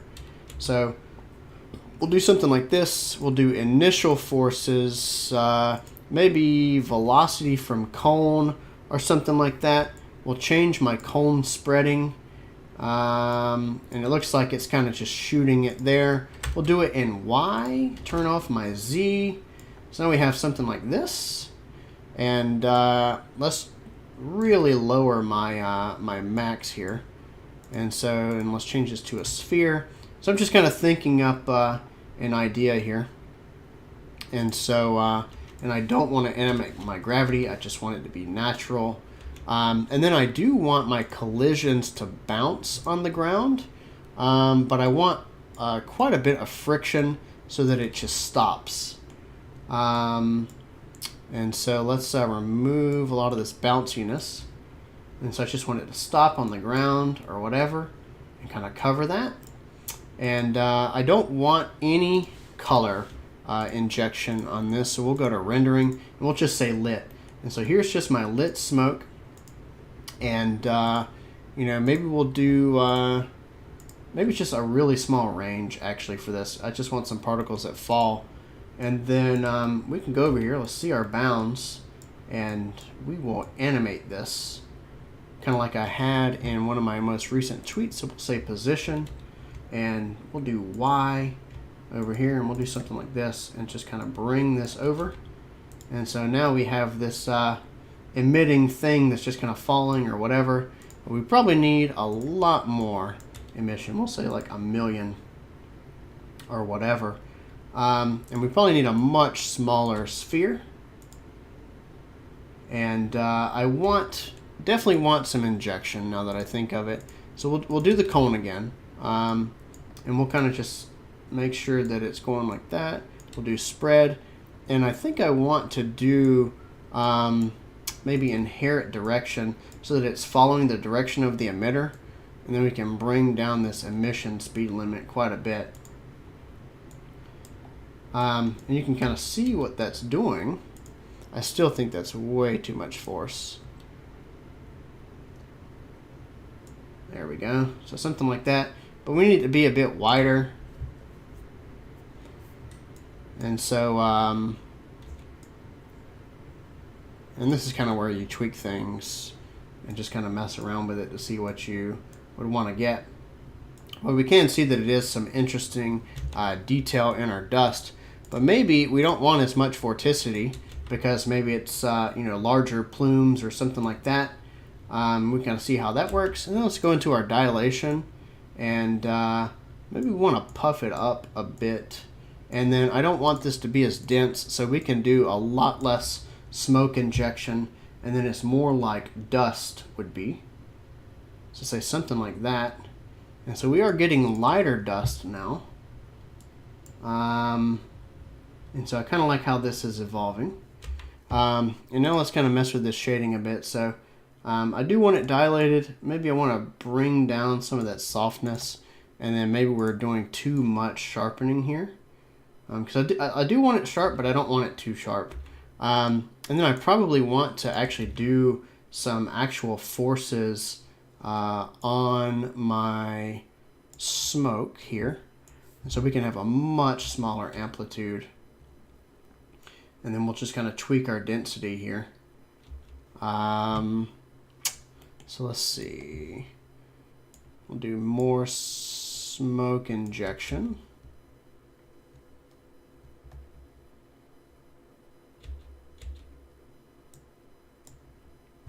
And probably have too much dilation, I think, because it, and so we could do negative as well if we wanted something a little bit more inky or something like that. And I do think that, like, I'm trying to figure out if I have a certain thing on my rendering. So lit, blah, blah, blah, not happening, shading. I do have like this black colored smoke. So if we wanted to, we could kind of change our ramp to make sure that it emits a bit brighter or whatever. So in this case, like this is where like you could change your ramp if you wanted to, you know, or we could change this initial color to something not completely dark. So we've got something like that. And so this is pretty interesting. And so we could increase the size of our sphere as well if we wanted it to encompass more. We could also turn off, and so this, like I said, once again, it's just about kind of changing, you know, like how do your particles interact with different, you know, settings and whatever, because where your particles are, that's really how everything is going to work out for you. We could do a lot more velocity injection if we wanted to, so it's a bit more chaotic. We could go over here and really crank up our amplitude on the particles.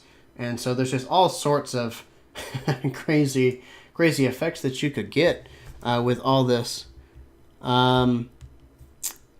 Yeah, so I haven't really messed with any of the much force masking stuff, Jason, on this one. But if you wanted to, like, you could, make it only affect, say, the particles, but, the force itself isn't going to affect much on the smoke and things like that. But, yeah, I haven't touched much on force masking. And so, yeah. So, but if we wanted to, like, make it thicker, we could dilate that, kind of change our softness. We could maybe even do something like, say, 1500 on that, and just get it like just to the edge where it's like not too sharp. And then go here to our shape. We could have bigger particles if we wanted much larger emission. You can kind of see what that's doing there. Or we could bring this down to something smaller too, and kind of see how that all changes everything. And so if we go over here, so I do want to open up this old dirt fly project. And I'm going to pause it, and we're going to go to sim size. I'm going to do 128, something like that, so that it's a lot faster. So we can kind of see what was happening here. And we can see that I have really a lot of the same shading. If we want to dissect this a little bit, shadow sharpness is 100. Actually, everything here is default. It's just my direct lighting contribution is really low. And then my scattering occlusion is quite high, so it was around 3.9. No flame, so that doesn't matter. And then I actually used just a single color here instead of the gradient. So, for some things, because if we did have this color ramp, I think I had it on like black, and then maybe like this light color, and you can kind of see that does give us a lot more variation. But if it's, just one singular color of dust or whatever, then maybe it doesn't make sense to have that gradient. And sometimes it's a lot harder to shade something like that. So just had, a single basic color. And really the motion of the smoke here was all about that emitter. And it looks like I had an emitter here. And I wonder if I was injecting a specific force at all. It looks like I was, but I don't think it mattered for this particular sim. I had ground being bounce, so some really low bounce, really high friction, really high randomization. And what that helped with actually is if we come here, like I just wanted the particles to land on the ground and just exist. And I probably had collision, yep, so if we block Z ground, if we don't, it's not going to look as good. And so I blocked the Z ground and ended up adding a force. I also had vorticles here affecting my sim. So, we know how we did vorticles for the fire. If you want some more chaotic motion, you can use vorticles to get that too into your sim.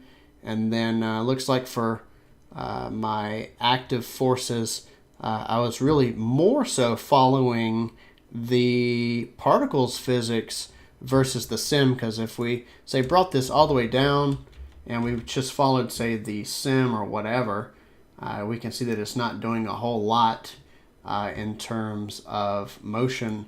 And so a lot of it was just making the particles behave more as grains and less influenced by the flow of the sim itself. And then the smoke just kind of got all of its crazy variation from the vorticles and some injection of our velocity, which actually have 1500 here in velocity. Let's see what it looks like with no velocity. And so really, I guess like I've said, multiple times in the stream, what I'm trying to teach here is just intuition. People, they ask like, hey, how do you do this? How do I make these sims or whatever? And, I kind of want to go over the thought process, say, for my really big portal. Whenever I started out, I said, I want to make some kind of portal. And this was the very first variation that I had. It was just a really interesting, wispy, thin smoke. And I'd colored it, with blue as the min, white as the max. Had kind of come in, adjusted the gradient or whatever. And it was just something that was interesting to look at. But I said, this doesn't have all of the variation and whatever that I'm looking for, and it's just not really, what I want. And so then I had another variation where I said, let me try and add some force noise for more chaos on the particles themselves. And so we can come in here, we can like change, how much noise is happening here. And what we can do is we can preview this where if we turn off all of my injection and then I just render my particles, we can see, and I actually have like a modulation here. So let me just do uniform. And so this is like what my particle emitter looks like. And then we can see with the injection, we inject all of that smoke. It's kind of, it has like this point force and all this other stuff to kind of draw things to the center and whatever. And what's funny here is actually our particles are casting shadows on our stuff, on our thing. Actually, we can make it cast shadows if we wanted to, which is interesting. So if you want, say, something darker, you could always cast shadows from your particles if you want to, which is just another thing to give you a little bit of extra detail. And then from there, I said, well, I still want something a bit different. So I saved an increment. So you just go here, increment, and save. So you can save your previous work. I said, well, let me try and add some fire. So, I used some of my, fire coloring techniques and that I'd learned. And I was just like, well, hey, let me try and make something a bit crazier. And here, I believe I actually have no buoyancy, because if there's buoyancy, then it's just going to kind of, rise or whatever. And I didn't want that because there was going to be temperature here. So my buoyancy is 0. I just wanted kind of some zero gravity flames. But, once again, it didn't really work the way that I wanted it to. And then here was like my first real variation where I'm like, hey, you know what? I really like the way that this is starting to look. And so, I shaded my smoke so we can go look at that. And so, lighting, shadow sharpness is 100. My lighting anisotropy, actually, I went down to 0 to give me some brighter stuff. And default here was 25, but changed to like 46 for my ambient occlusion because I just wanted some occlusion here in like the edges. And, I changed my extinction color from this brown to more of like just a middle gray. And I left everything else kind of the same. I did change my direct light scattering again to something lower and then up that scattering occlusion. That scattering occlusion, if you don't have it, like it's just going to be really bright and all this other stuff. But you bring that in and you can kind of hone it in to give you more neutral emission because we're actually injecting light from the particles like I showed earlier. So I had something like this, and then I just kind of expanded on it. I said, I want like some shock waves and all this other stuff. And then, with enough finessing, I'll show it again. This is what it turned into, right? And so we have those particles, emitting in a circle. We've got the crazy smoke shading. We've got all the sharpening. We've got the blue shockwave and the portal open and the good music. And then the decay where I animate the gravity and turn off the collider and things like that. So, it's awesome. And then, like here's some other doodles that I did, just in the span of like a single night where I went through and said, like, hey, I did Dragonfire, and then I've got like some magic, and then, I've got my crazy smoke, and all this other stuff. And, it's just cool to see, where these ideas can evolve. And this is all just like incremented saves where I said, hey, like I want to try this thing. And then, well, what about this? And what about this? And then I could go back to the previous version if I didn't like what I had. And it's like, here was a, the actual bullet thing in its full glory, in the full render or whatever. And so it's just really quite awesome to see where all this stuff went. And so, I wonder if I have any other projects that we could dissect. I have like these big explosions with me just trying some stuff, but they're really noisy, and I could probably do better at this point. But, you just take these things and then you apply it to other things. Like, well, you learned how to shade the fire. You know how to shade the smoke. You know how to do emission of particles now if you rewatch this. And so then, like, there's no reason you can't make an explosion, because now you know, well, hey, I need buoyancy. And what if my particles are buoyant and I just do one big burst and I have, say, which I'm probably injecting fuel on this. Well, I'm not, but just injecting flames, and those flames are rising as one big group because I have it just bursting outwards. And then we know that those flames are going to climb, and then boom, suddenly you have an explosion. And so, yeah, it's really just all about thinking, just thinking about what you're going to do and what you want to make, and then you imagine what your particles have to do, and then you just inject your smoke, and then the rest will follow with the actual simulator. You can see this thing here is chugging. And so, one thing I did do too, because I was already maxed out on voxels, so we could do, like, say 512 on this, and really make this easier for me to run.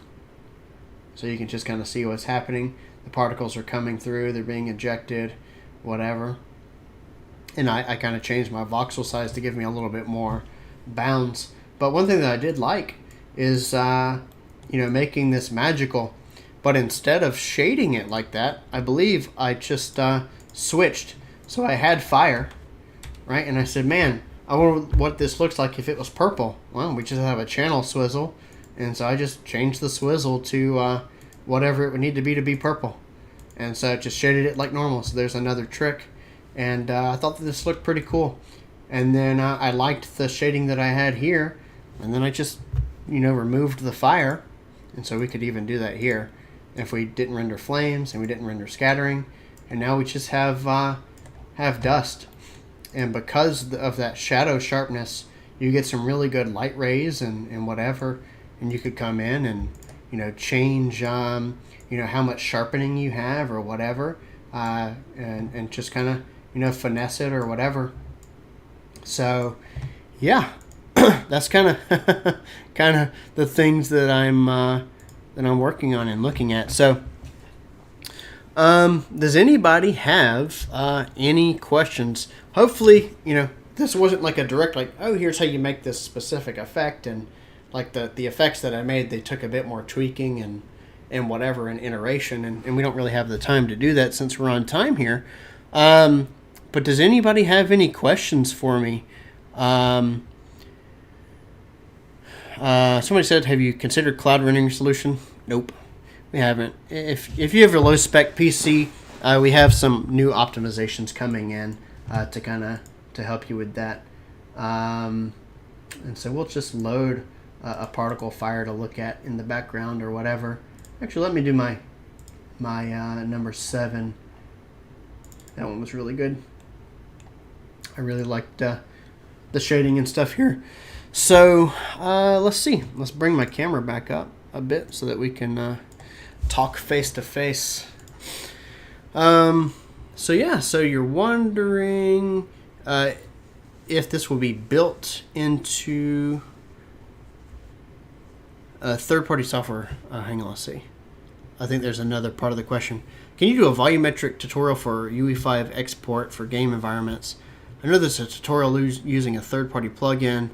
I'm wondering if that will be built into it. Yeah, we hope to eventually have volumes in Unreal ourselves. We're just really busy with the actual standalone itself. Someone said, this is awesome. Can't wait for a full replay when they get home. Awesome. Can you emit particles from one object in movement, like a body in movement, in Alembic or FPX? Of course. You can do any shape you want. Is it possible to import tracking data for the camera or for objects? Of course. You can import your own camera if you want. And then, yeah. So we actually have a big tutorial. It's called like making a bomb explosion or something like that, where we use nuke and all that other stuff. And our guy, Daniel, teaches how to do that. So, yeah. And it looks like Angry Mike had already answered your question, but I'll answer it too. So, yeah, let's see.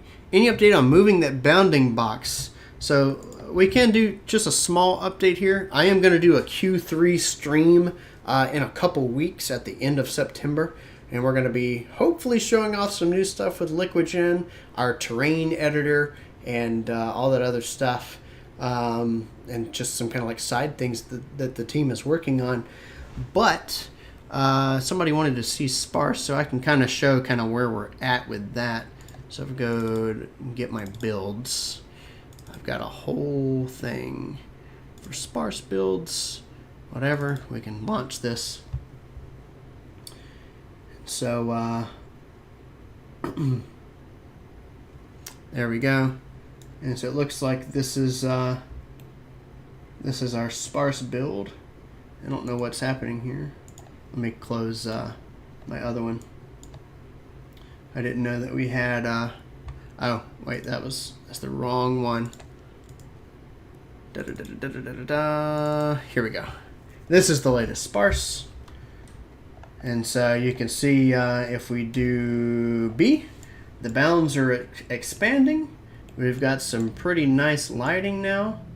And so if we go over here, we can kind of change all that. And we have like our, only like just a couple parameters work. So it's hard for me to remember what they are. I think it's under favorites, what my lighting stuff is or whatever, because like almost none of this stuff works. So there we go. So that's how like I change my density or whatever. And yeah, so this is our sparse solver, and you can see that you know, when we pause it, it's extremely fast. We can get a lot of detail. We can come in here and change this to like 0.05 or whatever. And get a lot more detail if we wanted to and whatnot. So not going to show any more of that. I'll save a lot of it for the other stuff. Let's bring my camera up a bit more. So let me get back to YouTube. But yeah, so that's kind of an update on the moving bounding box. And if you have more questions, just kind of type them in while we're at it. This is and I would say preferably about stuff that I was showing off. Yeah, thanks for making this. We'll have to watch it afterwards. Excellent. Can you use collision with particles? Absolutely. You can collide with anything you want. Why is the viewport looking 2D? I have no clue. Let's see. A giant step for the VFX world. Thanks. A fire portal, your favorite. Amazing work. The fire looks a little grainy. Yeah, we haven't quite figured out what's going on with the fire stuff. When's EmberGen coming? I'm not telling you. We don't know. It's to be determined. Can you create clouds slow motion? Sure. You can create kind of whatever you want. So I think that's kind of the last thing I'll show, and then we'll hop off here. But I showed you kind of my tips for shading fire, creating fire, getting the motion that you want, shading your smoke and making it look pretty good. Kind of showing you a bit of how to control those particles, because that's really where EmberGen is going to shine now. So let's go ahead and run this thing. And so yeah, so like if I wanted to make clouds these days, I might do something with particles once again. So we'll come in here. We'll leave the skybox since we're doing clouds, but let's go over here, do a particle emitter. We'll do a primitive shape, and then maybe we'll emit from something like a box. Let's add in our particle manager, particles, get our volume stuff going in, which is excellent. And then we want to inject all the smoke and go over here to rendering, no casting of shadows. We want our buoyancy to be a lot lower. So say like 5 or something, maybe even 1. And then we'll go over here to injection. We will inject our velocity as these things move. That's going to be way too fast. So do something like 6 maybe. And then initial forces, we'll do maybe a range. And so we can just kind of like go on our positives and whatnot.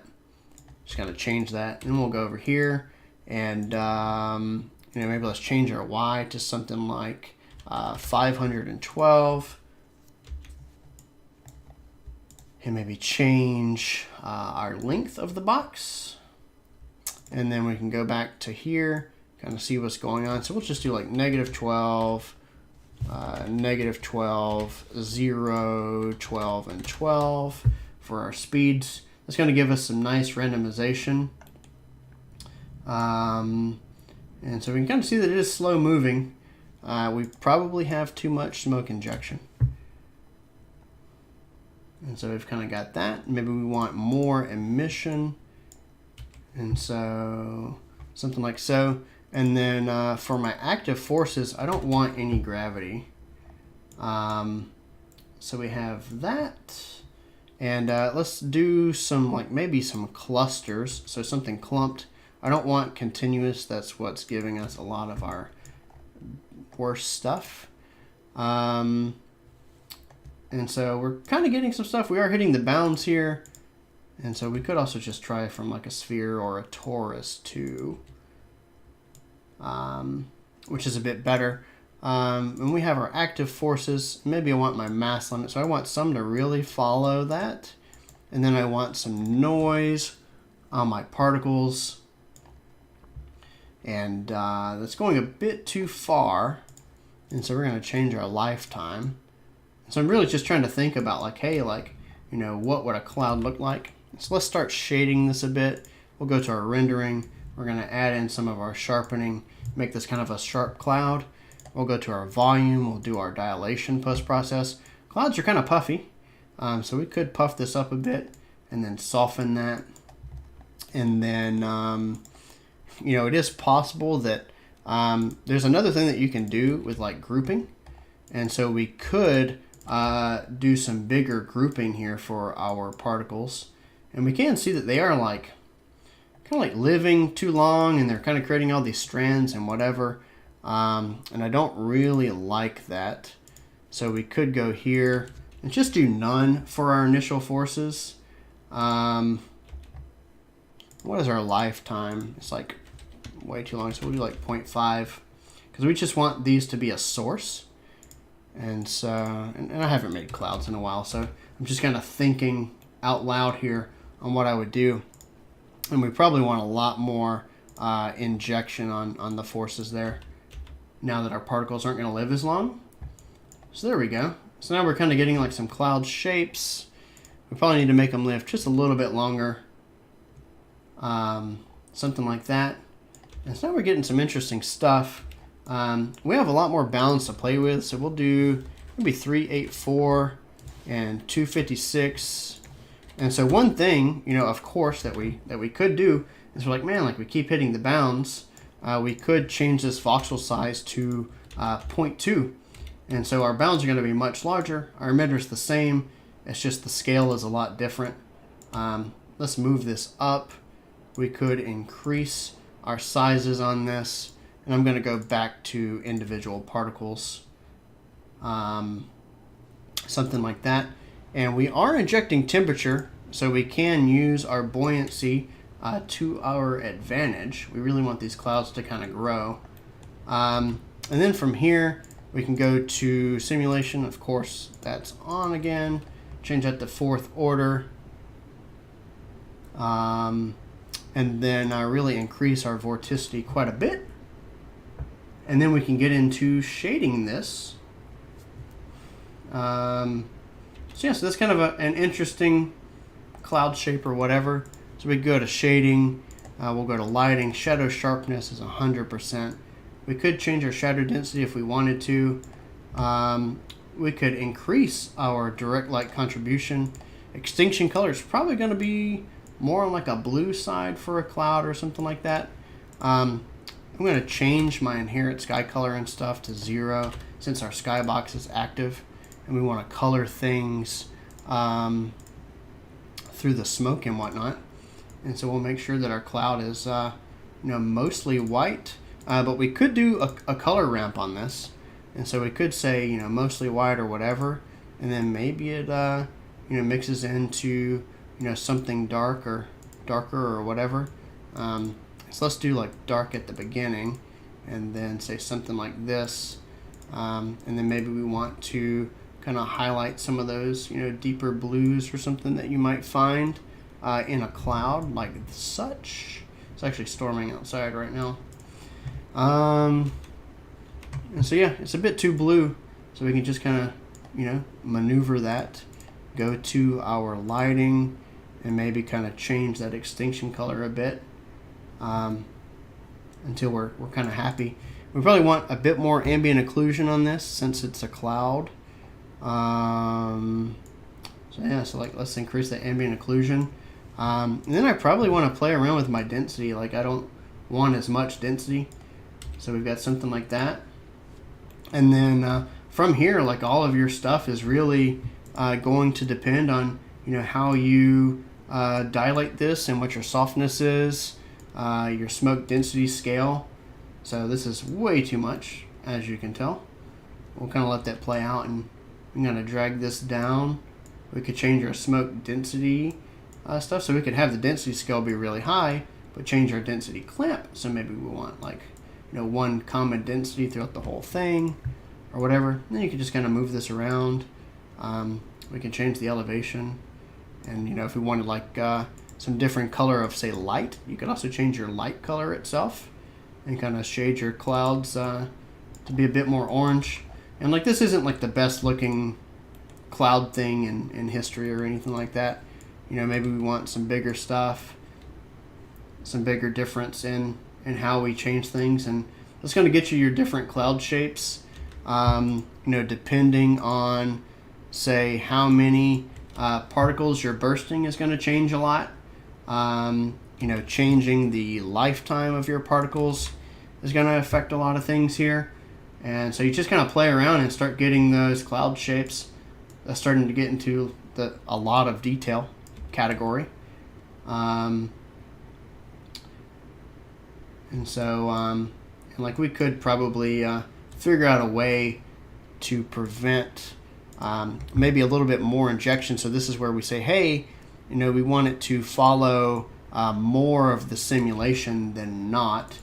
And so maybe those things aren't going to go out as much. And that kind of removes all of our lines. And then we see that it's moving too fast, too high, or whatever. So we kind of cut our buoyancy in half. And so you can just kind of see, oh shit, I've been with my camera up top the whole time. Again, I keep forgetting that.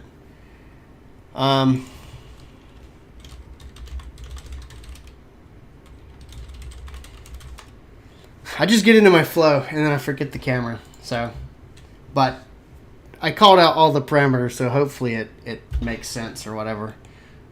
You saw the notes I was clicking. Messed with like our buoyancy, our shading, our scattering, ambient occlusion, that kind of stuff. So sorry that it all messed up. I probably, what I need to do for my streams, preferences, UI layout, legacy, and that way my camera is flipped and our node parameters are over here, and then that way it's the old way.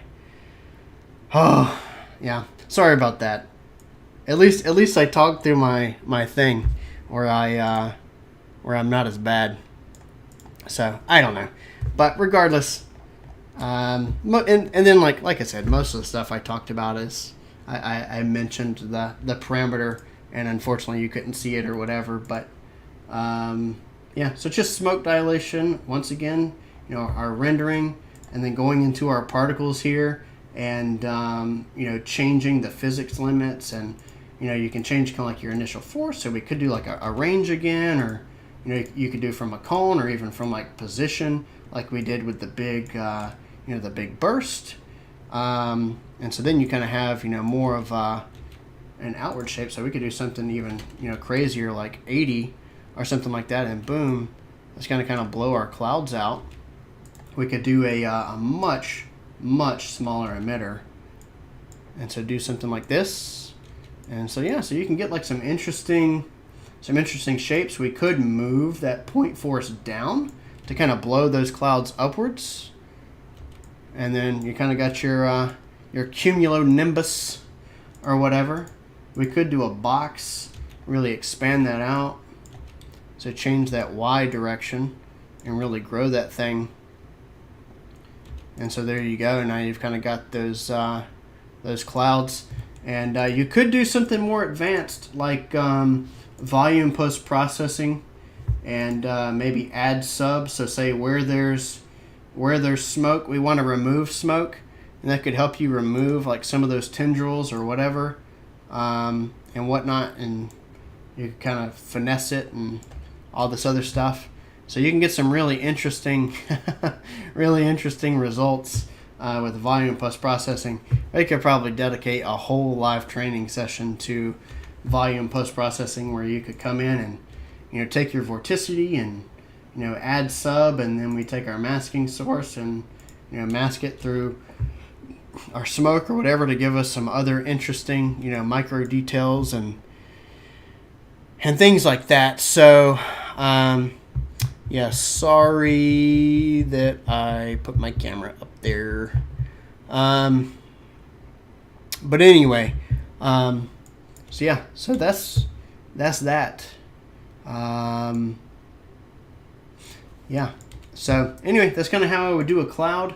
If you want, and let me just flip my settings back. It's freaking me out.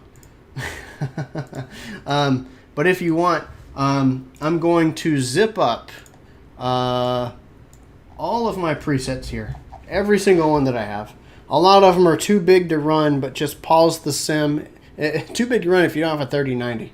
But just pause the sim, and after we pause the sim, you can change your bounding box or whatever to be a lot smaller and select the x-axis on a lot of these, and it'll help you be able to run them, and you can at least take a look at the parameters and see how they all work or whatever. So hopefully this stream was helpful. Like I said, in a couple weeks we're going to do a Q3 stream telling you more about the business side of things. And I want to do a poll in the chat. There's 42 people listening, so I want 42 comments. And so I'll go ahead and make my camera bigger, but I'm not going to do anything else, so it doesn't matter. And will bring me up to the center here. So I have an idea. Okay, I don't know if people would want to hear something like this or whatever. But basically, you want an EmberGen t-shirt. I have a Jenga FX one here. And you can see my the back here. It's EmberGen, Liquid Gen, Scenery Gen. I don't know. Maybe we'll make like a thing on our website where you can buy a t-shirt or something like that. Would you guys like that if we made a shirt like this? If you'll buy it, I'll put a thing up.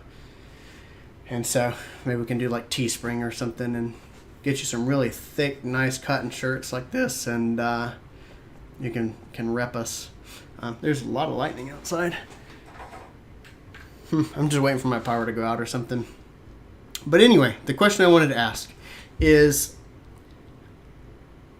and I think I might have asked on a previous stream, I don't know, but anyway, I want to do kind of a weird stream, I guess. I don't know if it's weird. It's just uncommon for, say, our industry. I don't know if you guys can hear the thunder in the background. But yeah, so, but yeah, Vector, who I don't have it on my shirt. Anyway, sorry, my brain is kind of like past the point of streaming now. But either way, I want to do a talk where I have like some slides and stuff and kind of go over like the history of Jenga effects for our Q3 presentation kind of thing, and kind of let you guys know like what does Nick think about business in our industry, or how did we grow our stuff, or what did we do and how did we get here, and how did I build this thing, and how did I hire all our people, and how do I treat our employees and all this other stuff. And like I really just want to like let people know like more on a personal level like how I feel about all of this, because it's crazy like how many licenses we've sold, and like that we have a team of 16 people and all this other stuff. And it's like a lot of the time it's like, sure, it seems like I know what I'm doing and all this other stuff, but like I am just a normal person. I am entrepreneurial. Like I do want to run a business and have it be profitable and make profit and all this other stuff, and kind of like capitalistic or whatever. But at the same time, like I want to share with everybody else, like the inside of like how things are run. Like there's all the cool visual effects side of stuff, and if like the community wants me to keep it at that, like I will. But it's not often that you hear, just like the real hard truth about like what it's like to run a business like this and whatever. And it's really, it's difficult, and like that has nothing to do with like any of the customers, and honestly, like a lot of people who use the software, they're very kind and very nice. So it's not even like like we get bullied or something like that, because it's very rare that something like that happens. It's more so just like I want to convey my business philosophy, because I think that we are a really successful company and we are growing, and I just want to get kind of down and vulnerable with our customers, so to speak, and just kind of show you like my philosophy on how I run stuff and how much I care for my employees and all that other stuff. So I kind of have a presentation planned. I'll kind of give you the insight and the inside scoop on kind of the biz, and how we operate and how we work, and like how I think things are supposed to run or whatever, and how I built all of this. So yeah, if you guys are interested in something like that, let me know in the comments. I see mainly one person or two people saying that it would be good, but it'd be nice to know if others would like to hear that. So but yeah, so I'm kind of thinking of doing that. No guarantees that I'll do it, but because it would probably get pretty emotional for me, because it is very difficult to be an innovator and all this other stuff. So but and it's like a lot of like stress, because it's like like I've got like these people that are my employees. Not these people. I have a wonderful team of people that we have to pay and all this other stuff, and it's just like constant. It's like a constant weight on my shoulder. It's like, like I care about them and their families and their goals and what they want to do and all this other stuff. So, just kind of, well, I'm sure you'll get tears. And like that's the thing is, like, and the reason why I want to do it is because, I'm not going to call out any other companies, but just look at any other company out there. And, I don't see any other executive level people like myself or whatever, like getting out there and being vulnerable with the people that they care about, being, our employees and, you guys who are watching the stream, our customers.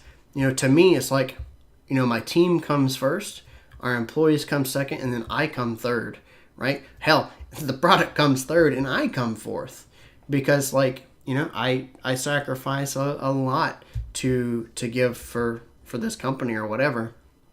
And so, and I just want to share that. I want to show like some of our struggles and whatever.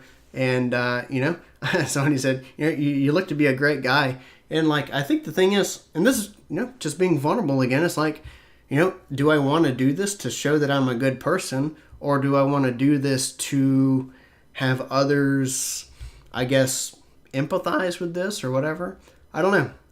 Maybe there's a reason that executive level people don't talk about, the business side or whatever it happens to be, or, how they care about their employees or whatever. But, I think that, I run my stuff differently, and I run my company the way that I want to, and we've become very successful by it. And like, I really want people to understand. So I'll have a whole presentation on it. I think that, yeah, it looks like, let's see, I know pretty much this kind of pressure. Congrats for all your efforts. Keeping a great team is not easy. Yeah. And so, I want to share that. I want to show you guys kind of the process and how I built this from nothing and whatever. So I'm planning a presentation on that, and there will be tears, I can assure you. But it's going to be awesome. And so if you guys have anything that you might want to know, send me an email at nick@jengafx.com, and I'll see if I can include some answers for it. But the Q3 stream is going to be sick. So tell your friends. We're gonna show off some new stuff, and it's going to be really awesome. So it's definitely going to be more of a here's what we're doing kind of thing versus here's how you can learn something. But I wanted to get the learning out of the way so that you can see all the cool new stuff that we've got planned. I mean, what we have coming up is just mind-blowingly cool. You see the detail that's starting to come out of EmberGen now, and with the right finesse and numbers and whatever, you can get some really realistic smoke and fantastic fire and whatever. And then our scenery tool it's just sick. We're coming up with a new way to work for terrains and stuff like that, and it's a really good research platform for us for new UI widgets and all this other stuff.